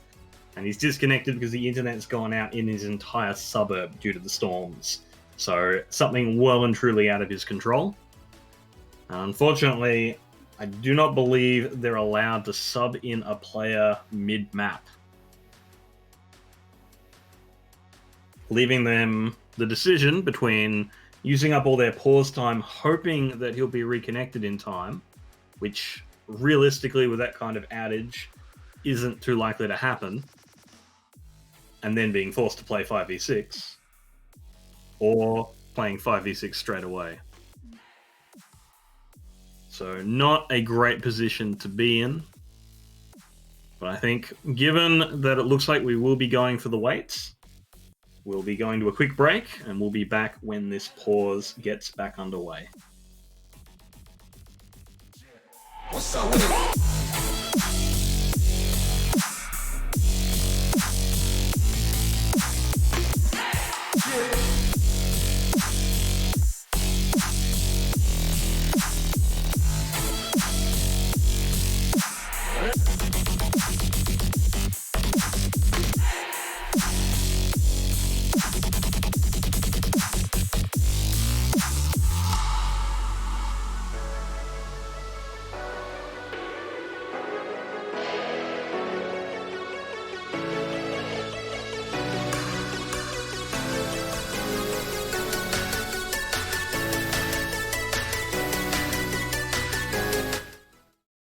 We are back underway immediately and quite suddenly resuming the match, and sure enough, we see the retreat coming through from the members of Torbjorn High Jump, who need Bradsey back alive and with them if they hope to take this final fight.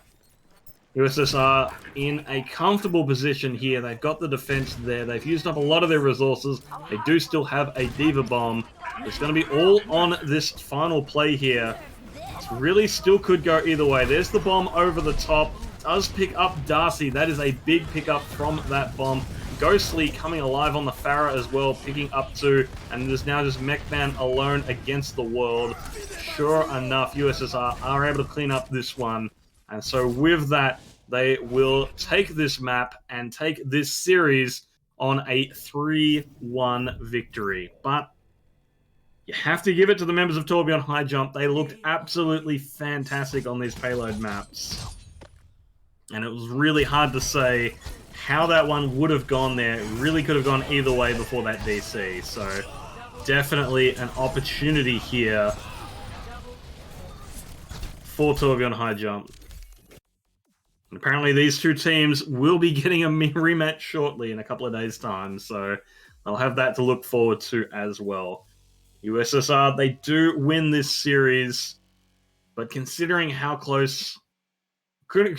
one-sided rather that first map looked, really great performance coming out from Torbjorn High Jump on those payload maps, who were looking really good there. With that, we will be wrapping up this series and going to a quick break. Before we do, the players do generally like it if we announce some form of MVP. I feel like my pick actually probably going to be... I think Kyla on the Ana is actually probably my pick for the U.S.S.R MVP. We really saw those biotic grenades come out and actually shut down some of the things Torbjorn High Jump were doing. So I think the support's often underlooked, or overlooked rather, but Kyla really making use of the team play there, really making the difference. And no doubt being involved in a lot of the team's calls as well as the team captain. So I think Kyla would be my MVP. But incredible performance from the rest of the team as well. Ghostly putting up some great performances, especially when they got to play Farah. And Slavarius doing some good work as well on the other DPS role. We're going to go for a quick break. And when we come back, we'll be bringing you the Div 1 match between Corrupted Academy and Scupper's crew. So don't go anywhere, because we'll be back real soon.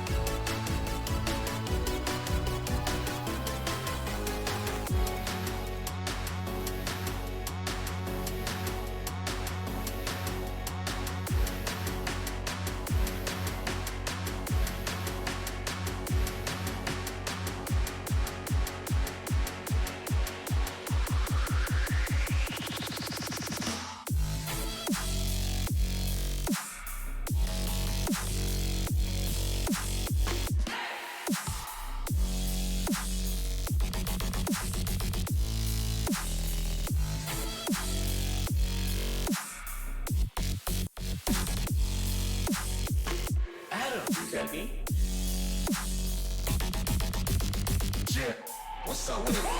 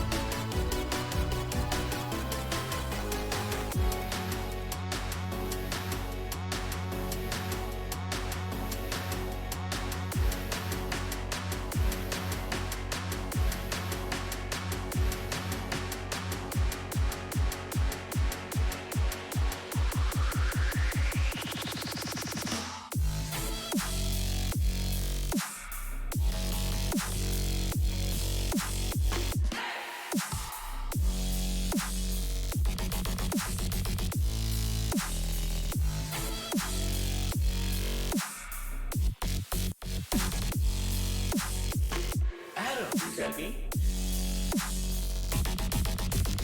Yeah, what's up with it? Welcome back, listeners, one and all, to round 3 of Ascent.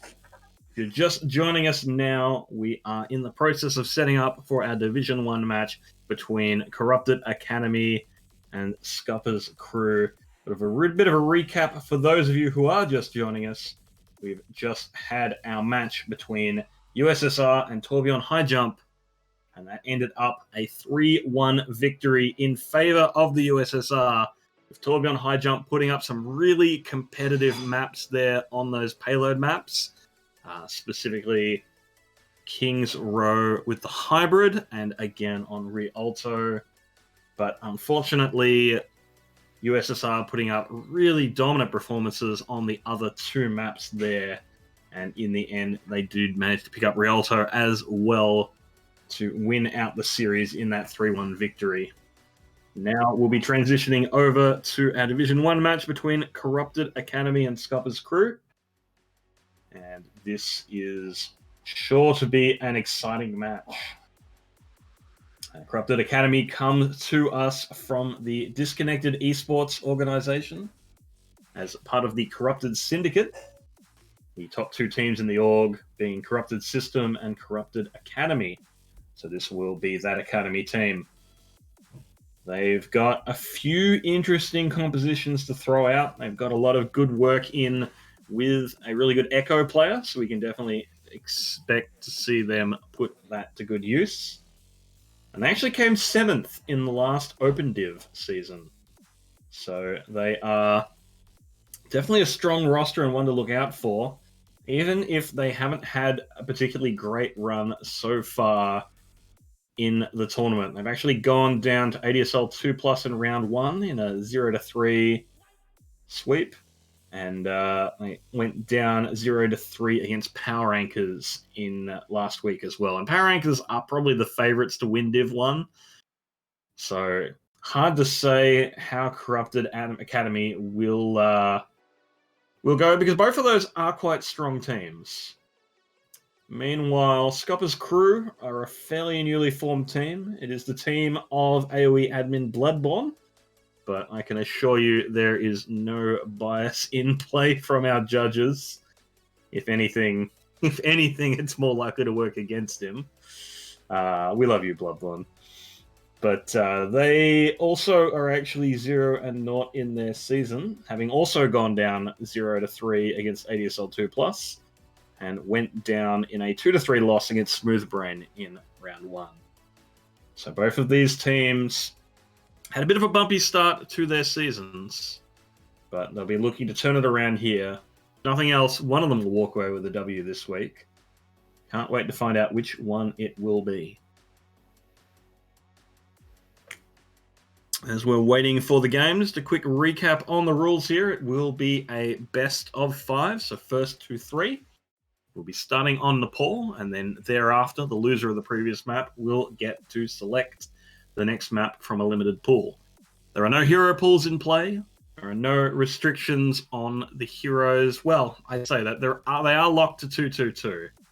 So there are some restrictions to the heroes, but no limitations in terms of who can play what.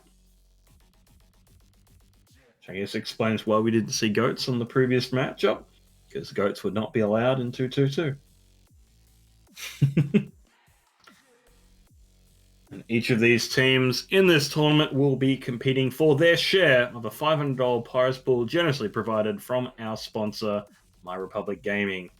Stay home with the #1 broadband provider for gaming. My Republic offers fixed broadband plans and services that provide ultra-low, ultra-stable latency connections, optimizing your gameplay experience.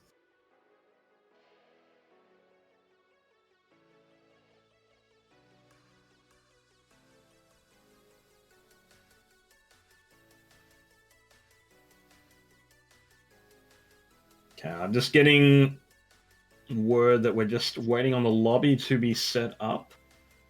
So it may still be a couple of minutes until we can get this one underway.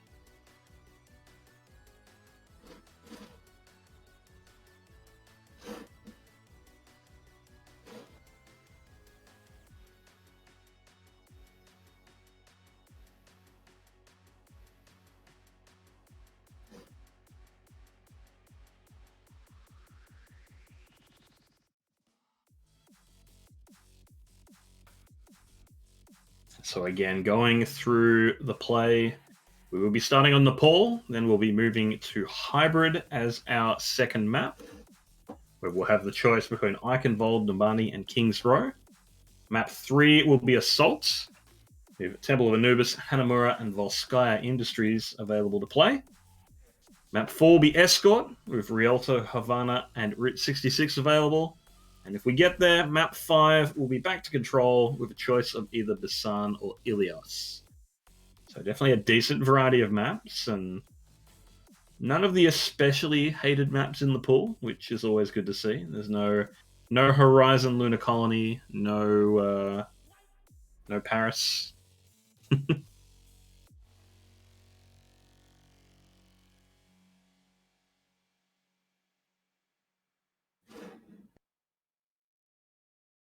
And we'll be getting underway shortly, just awaiting the lobby to be fully set up.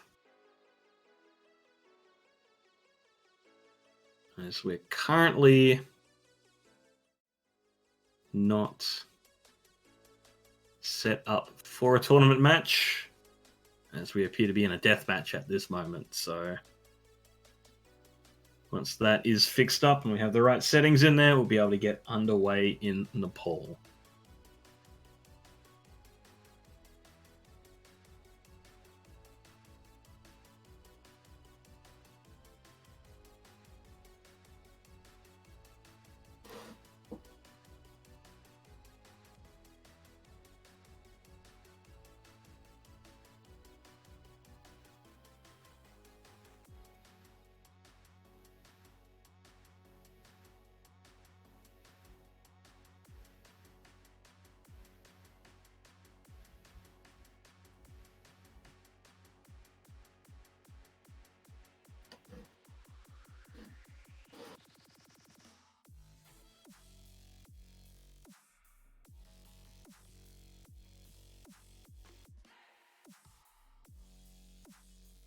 There we go. That's looking... It's looking a bit more like what we expect from these lobbies.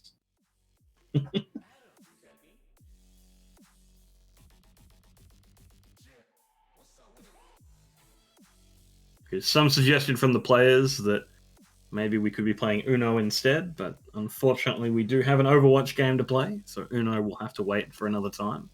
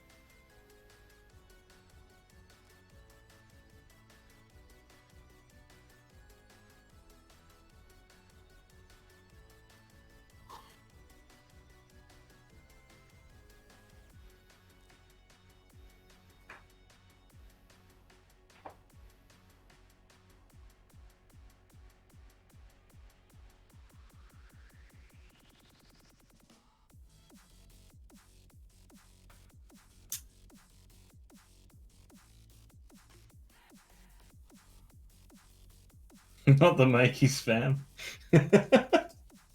Makey spam and never stops, they say.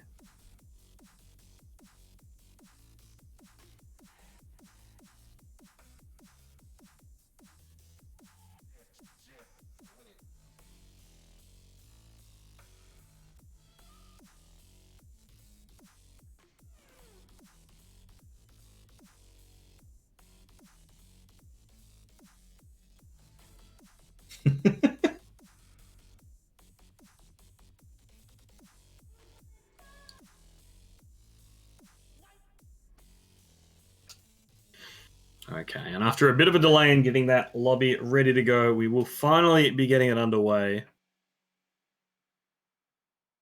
So we head over to Nepal for our first map, and we will be starting on Shrine. So the Nepal stage we did not see in our first game will actually be the first one out the gate here.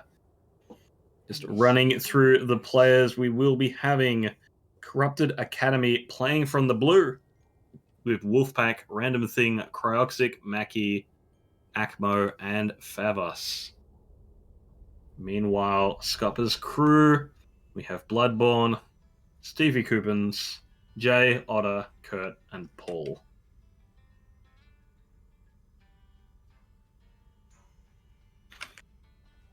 As we get underway in the match, we'll see what is coming out here from these teams. A bit of an interesting comp coming out from Corrupted Academy, and yeah, okay, we are going to see some changes. Okay, well, they're going to be baiting us with those hero picks. Let's go over to Scupper's crew. Bloodborne on the Reinhardt, Jay on the Zarya, Stevie Coopens looks like maybe coming out on the Ash. Otter 2, 1. on the Tracer. Interesting that Paul is on the Mercy when they're not running a Pharah, but can see from the notes Paul does tend to stick to the Mercy, so that's not too surprising. Mackie out on that signature Echo. Let's see how that goes as things get underway. Immediately, point position taken up by Corrupted Academy. Playing the double barrier here with the Reinhardt Orisa. So actually playing the double main tank composition. And ooh, Bloodborne goes down early. A lot of pressure coming through. I mean, fighting 2 shields against 1, really rough to be the person with 1 there. Now the chase is on. Wolfpack getting really aggressive on the Orisa. Not normally a hero that can push up so aggressively due to her low mobility. Trying to clean up those last few kills. They do manage to get away with a couple of people on low health. But that's going to be a strong start here for Corrupted Academy. Already building up a lot of percentage charge. And Bloodborne and Jay actually going to swap over. They're going to be playing Monkey Ball instead, so completely changing things up, not wanting to play the shield poke game. Early kill onto Paul and a follow through onto Bloodborne means that once again Corrupted Academy looking like holding onto this point quite convincingly. Mackie getting very close to that Echo ultimate. And Cryoxic getting very close to Bob as well. They are just farming ultimates here from Corrupted Academy. Stevie Cummins has gone over to the Genji, so they've transitioned over to the full dive composition here. Kurt getting very close to the Nano, but Genji's going to need to do a lot of... Ooh, there goes Kurt. Genji needs to get a lot of work done to get that in time. Echo is now coming out with the Winston. It's going to build a primal quickly, but Mackie's actually going to take a nap there. Cryoxic, however, has been deleted off the battle. Jay hitting back hard on this Wrecking Ball. Nano Wrecking Ball coming through, and they are absolutely destroying these defenders. It's come out of seemingly nowhere, but that's what Dive does. And immediately what was looking like a really comfortable fight for Corrupted Academy turns absolutely in favor of Scupper's crew. However, a parting kill rather from Mackie means that Paul will be investing the res there to bring the Genji back.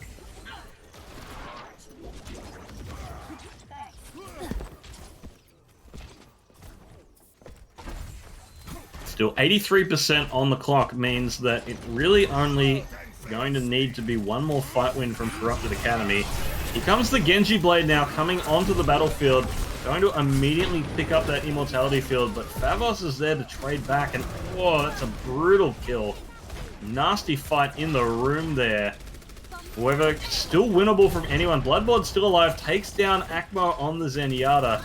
And that's going to put the remaining members of Corrupted Academy in a lot of pressure.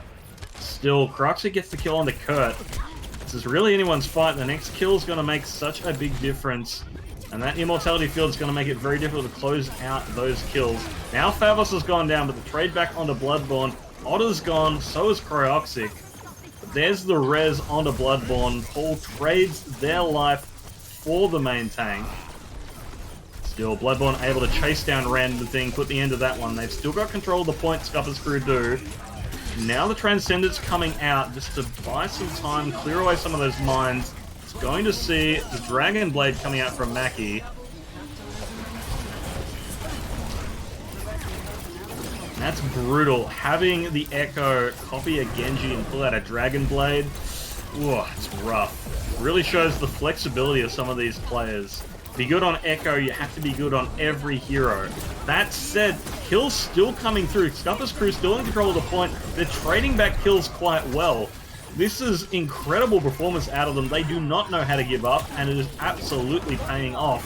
Bloodborne cleaned up, but Wolfpack's going to go down as well. And now Stevie's got the blade out once again. We're at 99%. We're in overtime, and this fight is all over the map. It is anyone's game here now. Cryoxic still picking up kills here on this Ashe, and now finally we're starting to see Corrupted Academy start to get a presence on this point. They've got a number of people still alive. Scupper's crew not giving this one up without a fight. They're committing ultimates into this one. They do not want to regroup. Bloodborne's going to pick up Cryoxic and then immediately get traded away by Wolfpack. But there's the point capture come through, and finally, it looks like maybe Scupper's crew need to back off and regroup. They're going to have one last poke at this. And Random Thing getting a late kill onto Otter is not a great start for that final hope. 97%, 98%, they're going to need to dive onto the point. Bloodborne goes, gets the touch, gets the nano, going in hard with this monkey, trying to chase down the Lucio, not able to get away. Not able to get it done, rather. Lucio gets away.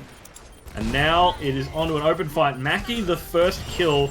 Big biotic grenade onto the members there. Bloodborne able to clean up Wolfpack. This is looking good for Scupper's crew. They've got the early advantage. It's a 6v4. Can they continue to leverage these? They need to get some more kills. They need to get control of this point back. The longer it takes them to do it, the more chance Corrupted Academy is going to have to regroup here. Now Paul's gone down from the Coalescence. So this is an opportunity here for Corrupted Academy to come back into this fight. Blade comes out. Stevie Coupon takes out Cryoxic.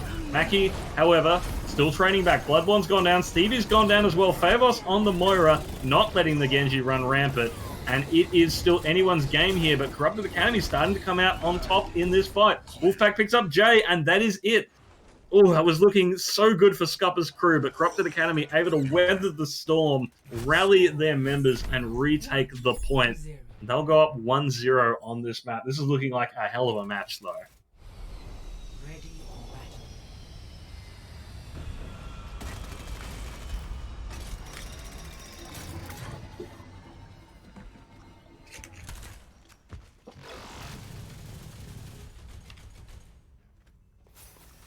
Now we'll be moving over to the village. Let's see what these teams bring out. Looks like Mackie will be staying on that Echo, to no one's surprise. 5, No, maybe going over to the May after all, as soon as I open my mouth.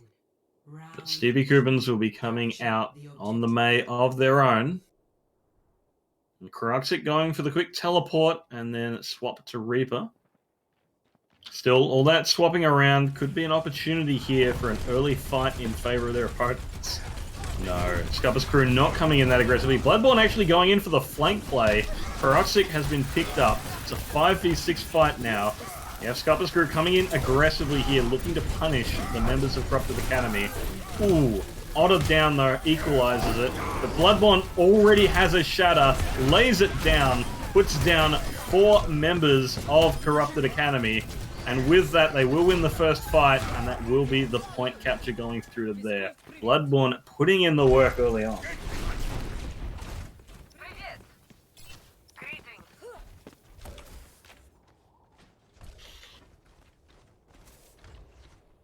And we'll see if there's any adjustments. So far, no. Well, maybe a slight adjustment. Random Thing going, perhaps going over to the Xayah? Yeah, they must have swapped.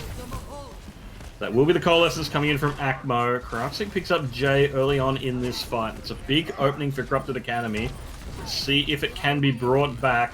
Cryoxic now picks up a second. This is looking very much like a one fight here for Corrupted Academy. But it doesn't look like Cryoxic are giving up yet. Bloodborne goes for the rotation, charges through, does get cleaned up. And with that, it is now stalling on the point, just trying to get as much percentage as possible. 45% will be the time on the clock as the control swaps over. Now, Corrupted Academy in the driver's seat here. It's going to be onto Scupper's crew to unseat them from this defensive position. Wolfpack, however, has the Shatter online. Let's see. Ooh, Otter actually walled off and taken out. Oh, and there's the Shatter. Comes out from Wolfpack. Maybe not the biggest Shatter in the world, but doesn't really matter. This fight already won. The remaining members of Scupper's crew backing up to their spawn.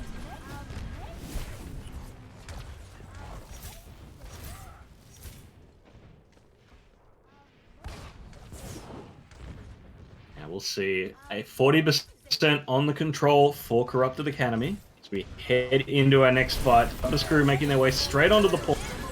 We're going to have the Blizzards coming out, both Blizzards dropping on the point. Cryoxic, however, pulls out the Beyblade and actually takes out Otter with that one. But another Shatter comes through from Bloodborne, and a lot of damage off the back of that one. Then the Grab gets thrown in to help with the cleanup. They do not want a drawn-out fight here on the point.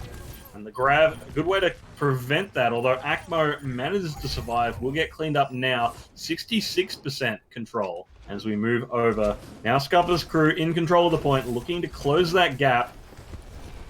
Otter actually over onto the leg 76, perhaps to run back. Bit of an interesting choice, not someone we see all that often. We'll see if it pays off.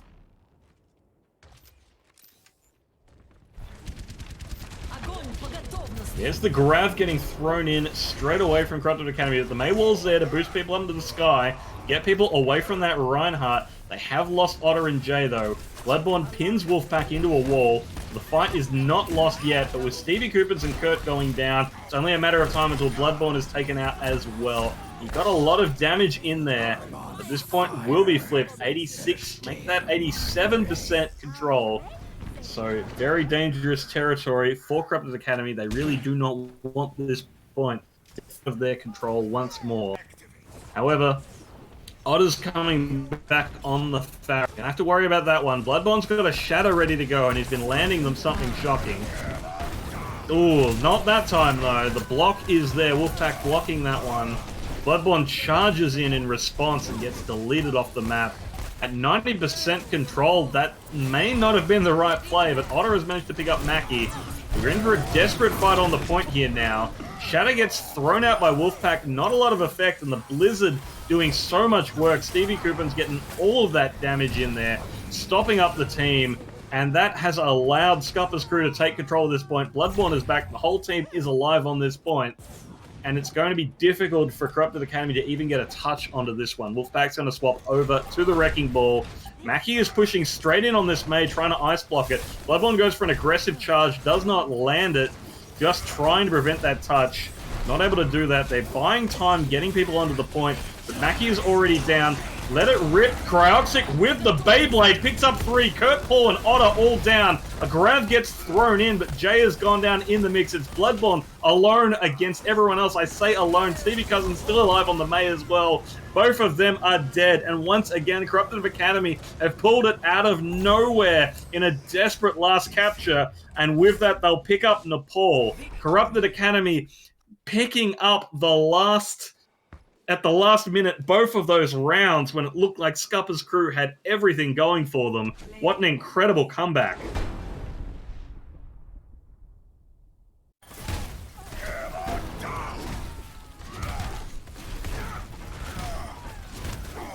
And what an incredible performance there from Corrupted Academy, who do not give up when the chips are down. Despite some incredible plays from Scupper's crew, they managed to, in 2 consecutive rounds, pull it back from the brink of defeat. That's Nepal over and done with, but if that map is any indication of what we're going to see tonight, rip my voice, because goddamn.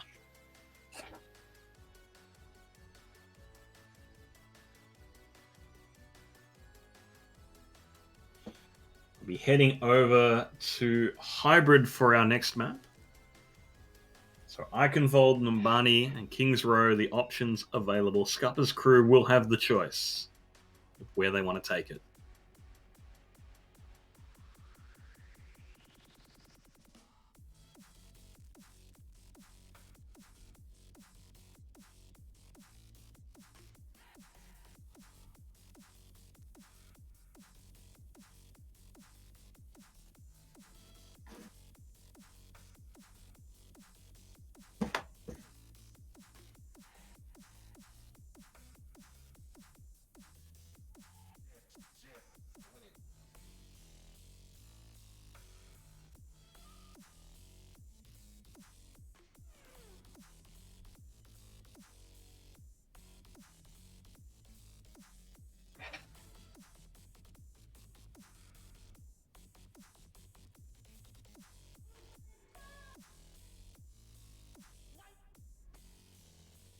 Just a bit of a reshuffle. I think some of the players just relaunching their games just to make sure that everything is working properly. Be heading over to Kings Row for our next map, perhaps unsurprisingly. I imagine we're going to see a lot more of Bloodborne Reinhardt coming out.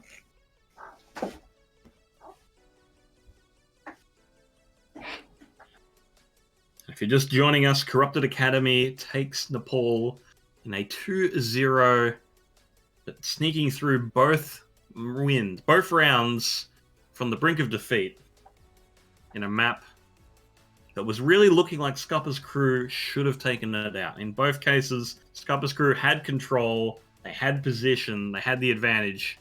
Corrupted Academy having to desperately rush back to point, able to overcome Scupper's crew and take out the maps.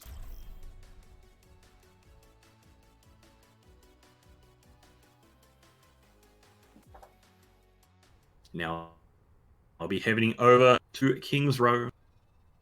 As we often say, definitely local, possibly the most popular Overwatch map of all time. Initiating match. And once again, Corrupted Academy will be over on the blue. Scupper's crew playing from the red.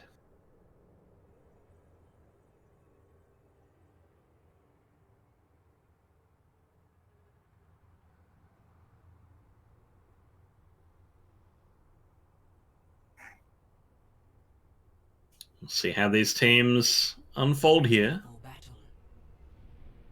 Corrupted Academy going to be defending first, and Mackie coming out on the Bastion, possibly. You don't know anything. Nope, about never mind. I'm just going to stop Attackers noting what Mackie picks at the start, because Is everyone ready? this is not the first time I've made that mistake.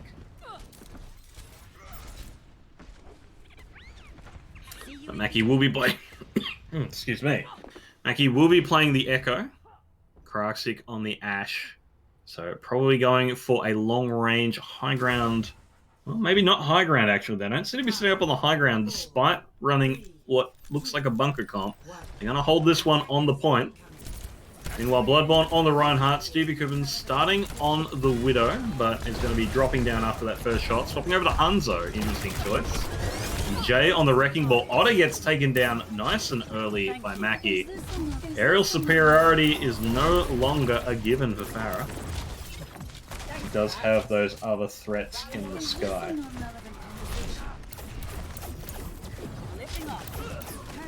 Ooh, and Kraxik will take out Stevie Cubbins as well. So that's going to put an end to this push from Scupper's crew. Otter is back from spawn, trying to lay some rockets in there, but Bloodborne now getting taken out by Favos. Rez is going to come through, but, well, Paul trades their life for Bloodborne's. I'd want a refund on that one. No, I'm kidding, Bloodborne.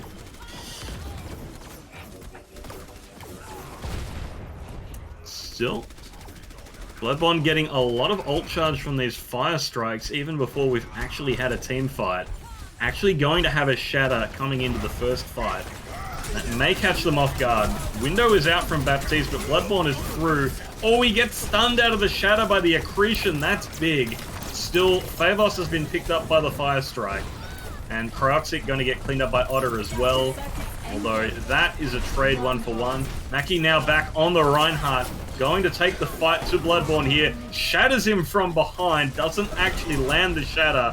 And then gets hacked as well.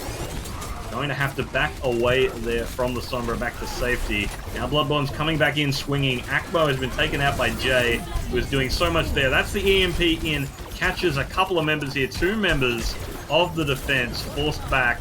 Defense, however, not completely broken here. Bob has come out, gets hacked as well. Jay doing so much disruption. That's a great minefield, but the projection from Random Thing, that projected shield cleans up most of the minefield. Still, finally the point protest underway. Wolfpack has been taken out by Kurt as well. Defense now coming forwards again. The Immortality field putting in good work, but that's a great biotic grenade coming through from Kurt. And then Bloodborne back on the field, coming back from spawn, going to clean up another couple of members. Kraxik now all but alone on the point. Last couple of members cleaned up.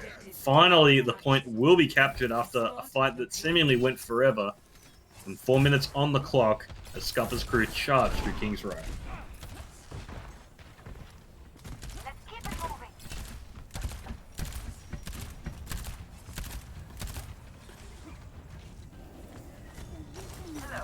¿Qué onda? The defenders posting up here towards the end point. Ooh, Stevie Cubans gets cleaned up by Mackie.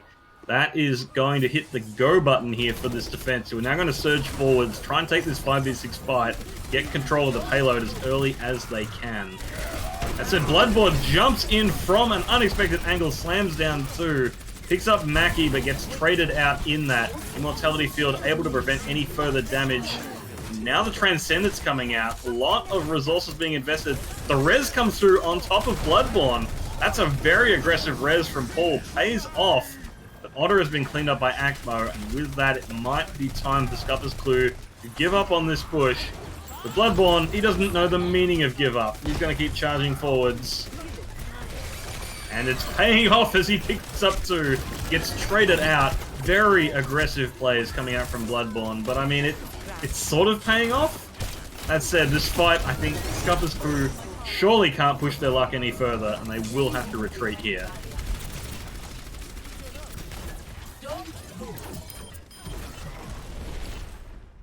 Late kill onto Stevie Cooper and should slow down this next push. But Bloodborne's going to rotate back through to safety, try and get Jay to safety as well. No, Jay's going back in. Wrecking Ball can get away with all sorts of things. Now the members of Scupper's Crew are ready to push through again. They're going to have an EMP online for this push. That could be absolutely huge, especially if they get Wolfpack to commit the bongo first. Nope, they're just going to EMP straight away. Stevie gets killed immediately though, and the Immortality Field does manage to get dropped down after the EMP. Bloodborne goes for the Shatter. That one gets blocked out by the barrier, and this is looking overwhelmingly like a one fight for Corrupted Academy, who really outplayed Scupper's Crew there, managing to mitigate some very dangerous ultimates coming through. So Bloodborne, so aggressive, does so much damage, and look at this, Jay is actually sneaking the payload. He's getting some free distance, does get caught out. Akmo comes back to move it, but, well, any distance is free distance you can grab, right?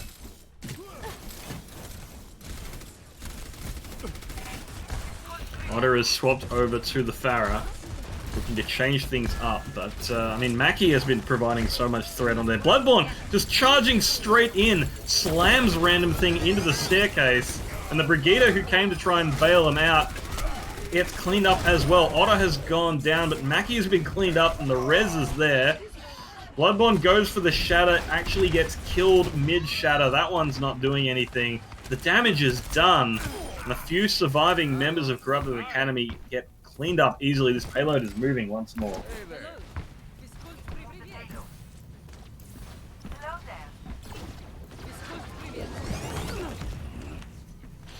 Now the payload moving towards that final point. There is an opportunity for Corrupted Academy to take this fight here. They're going to commit for it. Bob runs out, manages to get, well, Bob flies past the payload, maybe trying to land it on the payload, but still he forces a retreat from the members of Scupper's Crew there. 15 seconds left on the clock, and Scupper's Crew have taken casualties. They don't have time for a respawn. They don't have the members to take a fair fight. Deadeye comes out from Stevie, but gets stuffed out immediately, and that is a clean wipe. Thank you. Paul, the last member remaining, is going to get cleaned up there. Corrupted Academy, they played that defense really well. And they're going to stop that payload just before the second point. 109 meters, 0.87. 0 to 1. Switching sides.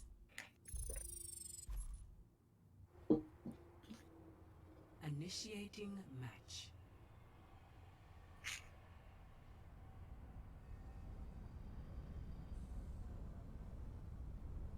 Now, it's going to be on Scupper's Crew to try and keep this defense alive. Corrupted Academy. They're going to be coming out this gate. We know that Mackie is going to be on either May or Echo. Ready for battle. Problem is, how do you defend against an Echo when Echo could be anyone?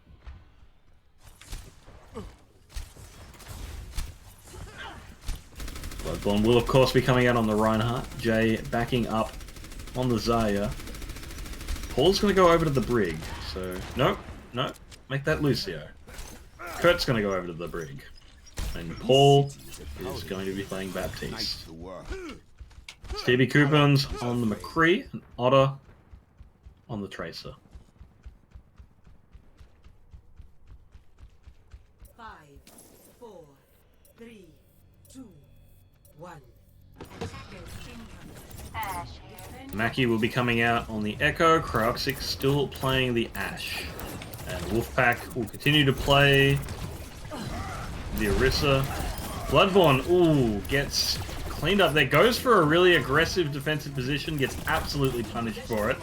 And this is probably going to cost the team the first point. Random Thing does get picked up by Kurt, however Otter has gone down in the meantime. Point progress still coming through. There goes Stevie and Jay as well. And yeah, honestly, you can't have your main tank going for some weird flank charge hero plays like that. It really is just inting at that point. And Bloodborne, he just feeds them the first point. Now he's way out of position here. And they know he's there as well. Yeah, and they will clean him up there. So that's a late kill on Bloodborne as well. Which means he is going to be spawning very late there. Really nasty spawn to get caught out on there.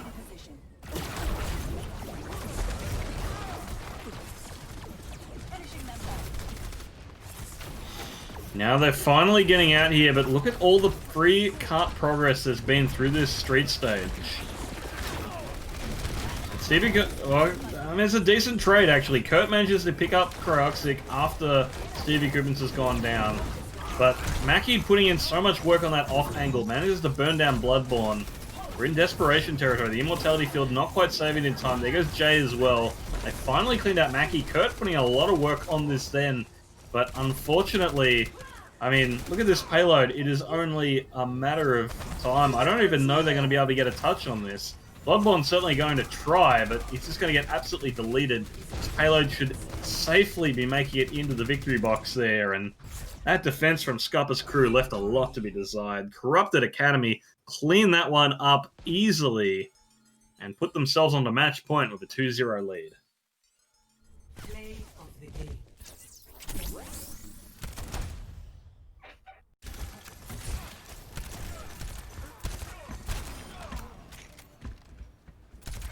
Let them up.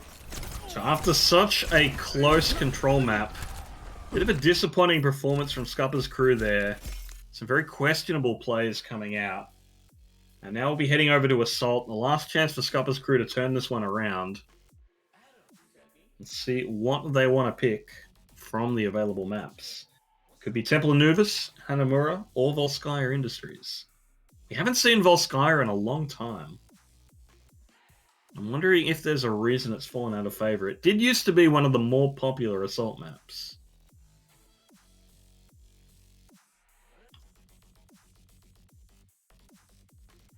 Actually seen a lot of Anubis lately, considering that it's very unpopular. But oh, looks like we will be going to Volskaya's. Bloodborne seeming very confident about being able to play Volskaya. And again, Bloodborne was probably very confident in some of those charges, and they did not pay off.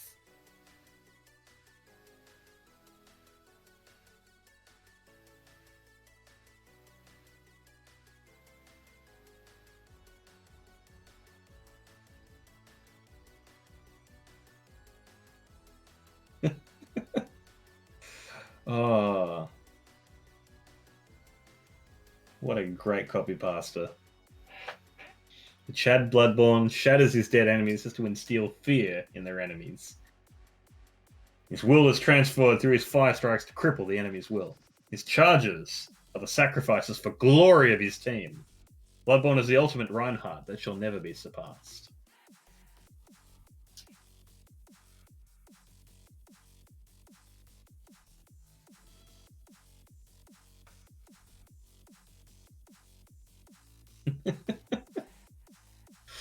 Oh.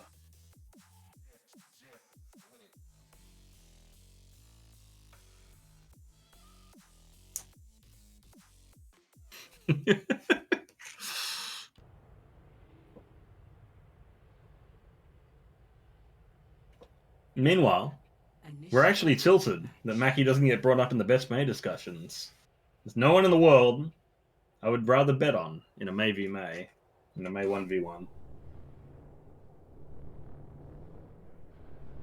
Versus Mackie. You all need to wake the fuck up. Understandably so.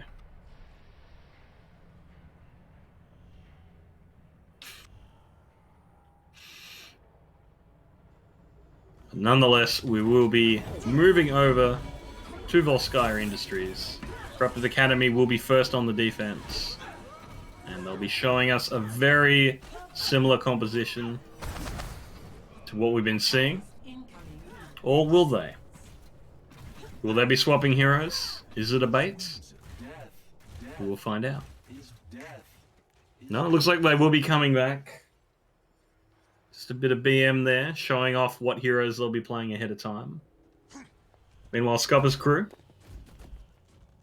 Looks like they'll be changing some things up. Stevie Cummins and Jay playing the tank roles. Bloodborne moving over to DPS.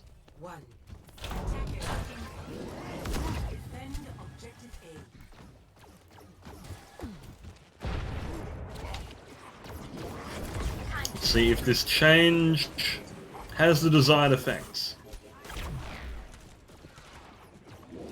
Corrupted Academy posted up on the high ground, making full use of that position. There comes in the dive, however. Tanks pushing in. They do manage to get down the immortality field, but that's all they get. Stevie Cobbins, however, gets the res from Paul. It's not over yet. Still, they're playing at a bit of a disadvantage. Need to get some trades back onto these defenders. Jay going down there is not going to make that happen. There goes Bloodborne as well. There goes Kurt. That will be a comfortable defense from Corrupted Academy. It's just a matter of cleaning up now. I'm surprised Otter is still giving it the go. There we go. There's the reset from Otter. And Jay going to move back to the Wrecking Ball. Has been doing a pretty good job on the Wrecking Ball, all things considered.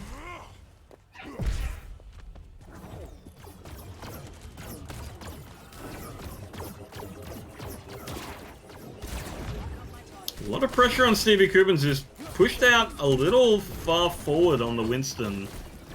Gets punished by Mackie, who is just building up free ult charge off these overextended players. Now the dive comes through. Ooh. And that's a great opening shove. Favos knocked off the map, as is Akbo. That is both supports off the map from the Primal Rage. Bob's on the field now, trying to take the fight. Random Thing actually manages to knock Stevie Cubbins with the accretion. Jay gets cleaned up by Bob as well, so it looks like the defense still able to hold here despite that strong opening. But, oh, they could get one out actually, and Jay cleans up two. There we go, that's what we want to see. Scupper's crew, get this one under control. I mean, if you manage to knock both supports off the map in an opening Primal Rage, you should be winning the fight. And Scupper's crew can do just that. We move over to the second stage of the map. Akmo has the Transcendence online, which should help. There is a potential for a snowball here of the most literal sort. Bloodborne has that Blizzard, but an early kill onto Jay should mean that they... yeah, especially with Paul going down as well. They're going to back up. They're going to let this one go. Snowball potential is there, but the defense has a chance to get their feet up underneath them.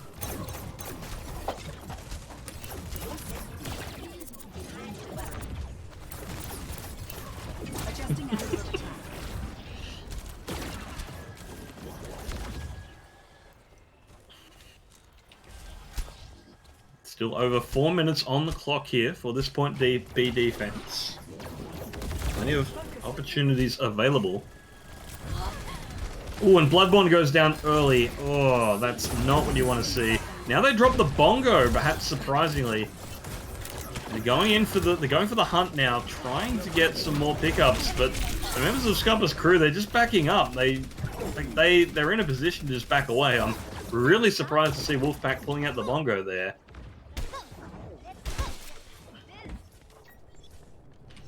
Meanwhile, Jay's lurking around, actually has been spotted by Favos, but Favos is actually alone. I don't know if Jay realized that. Might have actually been able to win that fight against the lone Baptiste before help arrived. So perhaps an opportunity there, but normally you'd expect others to be right behind there, so certainly understandable to back off from that one. Now we have the Wrecking Ball in. Transcendence over the top is going to keep everyone up during the blizzard, but now the minefield across the point. Stevie Cummins has actually accidentally fallen OTM, and the kills overwhelmingly coming through in favor of Corrupted Academy, who will actually sound the gong on that one as well.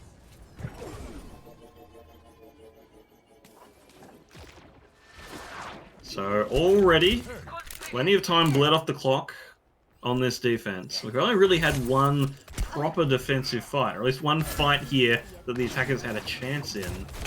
And so far, it's not looking great for Scupper's crew. Corrupted Academy, they've got their feet under them. Mackie getting an early kill onto Jay, also going to really slow down this push. Scupper's crew, they need to stop losing people on the entry.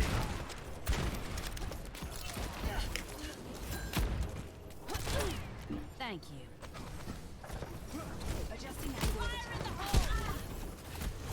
Now, finally, we'll see the push coming through. Karuxi's got a Bob on hand for the defense. So we're likely to see that one being committed if the members of Scupper's crew make it onto the point. But they still have to cross a lot of ground to get it there. And Mackie's really been putting a lot of work on that Echo, going high, getting the damage from above. A lot of pressure being put onto Stevie Cuppins now. The team's there to bail it out.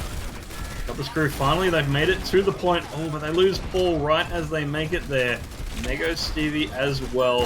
Here comes the cleanup. Karuxik picking up another 2.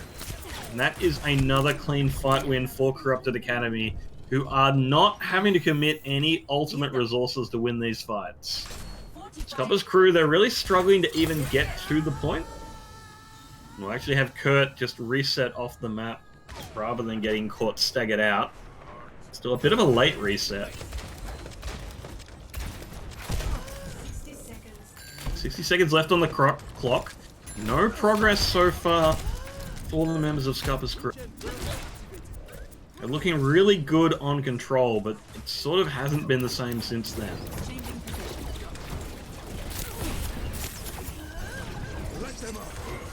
Ooh, that's an interesting window, but maybe not what he intended to do. Or maybe it is, as we see Mackie taking use of that window to fire some shots down there. Now Bloodborne's got the tire out. Oh, that's a big tire. Picks up Akmo and Mackie. That's going to stop that Transcendence from coming alive too. Now Bob's on the field, desperately trying to buy some time here. But, the sleep, the charge, that Bob is not long for the world. A lot of damage getting thrown into there. That said, Paul has gone down in the process of getting the res onto Bloodborne. Mackie is back, swapped over to Junkrat, gets picked up into the grab just to make sure no further mischief can be done. But the respawns are coming through. Mackie's picked up 2, make that 3, and Karuxik killed Kurt as well. So Corrupted Academy still holding strong, 40% on that second point, the progress that Scupper's crew are able to get. Score 0-1. Switching sides.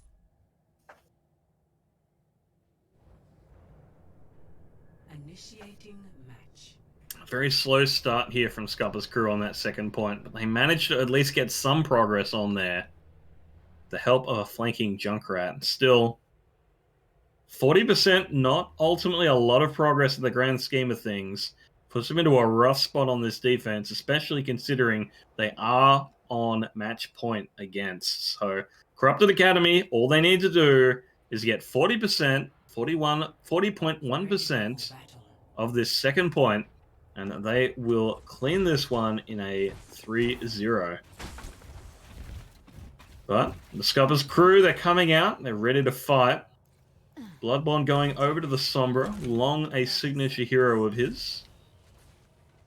And Stevie and Jay coming out on the dive tanks for this point A defense.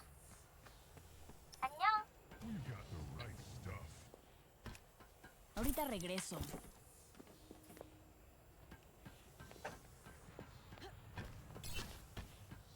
Hi. Translocating. 5, Let's see how they're going to play this one. 2, 1. Scupper's crew, it looks like they're going to be running a Symmetra Bastion composition to try and get the drop here. I have opened the path. It's not unheard of, certainly not conventional. See if they get this high ground for free. The really split out defense from Scupper's crew is going to make it possible, but they are able to respond to this fairly well. That's it. The Bastion does get set up and get shredding on Stevie. The hack comes through, but perhaps a little too late. There's the res, though. The Winston's back into play, but Kurt has been cleaned up by Mackie in the meantime on that Junkrat. And that's going to... Wow, Mackie putting in so much damage on this Junkrat. And with that, more progress. The point pressure definitely coming through, but Kroxic back on the Bastion, hack expiring. Now moving forwards, just mow down the remaining members of the crew. And that should be, from this point, an easy point A take. It's going to be a lot of time in the bank for this point B. Objective Almost 6 minutes in the time bank, defense point. and only 40% to be captured. This is looking like a Herculean task for the members of Scupper's crew to try and keep their hopes alive in this series. Kroxic getting very close to the configuration tank as well, and Bloodborne goes down early. That is all they need to snowball this one through. The Bastion makes its way on this flying platform. They get over the point, and Jay going to get demeched as well. The window on the platform, so much damage. Now the tank comes out, starts charging back towards the point. Those high damage tank shells putting in so much work if they could land. The kills still coming through in favor of Corrupted Academy here. Kroxic actually does get shut down though, but overwhelmingly all the members of Corrupted Academy are alive. Kroxic is brought back as well, and it's now only a matter of time for this to come through. There it is. Corrupted Academy will take the series 3-0. And what an interesting match this was. I mean, we definitely saw some things that cannot be doubted, but things were looking very close and very brawly on that first control map. And I think maybe Scupper's crew overplayed their hand. Corrupted Academy realized that, yeah, these guys are just really aggressive all the time, adapt their play style, take advantage of that aggression, and the moment Scupper's crew's weakness is known, it's all over. The Corrupted Academy in clear control for the remaining 2 maps to get easy 3-0 victory over their opponents. I have to say, and I know chat out there is going to be reasonably happy as well, Mackie putting in an incredible performance on the Echo, just constantly getting into really annoying spots, putting in that damage. Definitely my pick for MVP, because, I mean, a good Echo is such a pain to try and deal with, and Mackie absolutely ticking all the boxes there, getting those off angles, getting kills. Almost every first kill against Scupper's crew was Mackie at the trigger, so definitely my pick for MVP there. And with that, that will be the end of our matches for this evening. If you have enjoyed them, be sure to check us out next week, as we'll be bringing you round 4 of Ascent. And make sure you're following the AOE Twitch, as well as the AOE Discord, for all the updates on our OCE tournaments. Once again, a big thank you to our sponsor at MyRepublic Gaming. Thanks to MyRepublic and their tailored gamer, low latency, ultra stable connections. They're able to provide our players with a $500 prize pool that they're competing with. Until then, I've been Peronius. This has been AOE. Thank you all. Take care. And we'll see you real soon.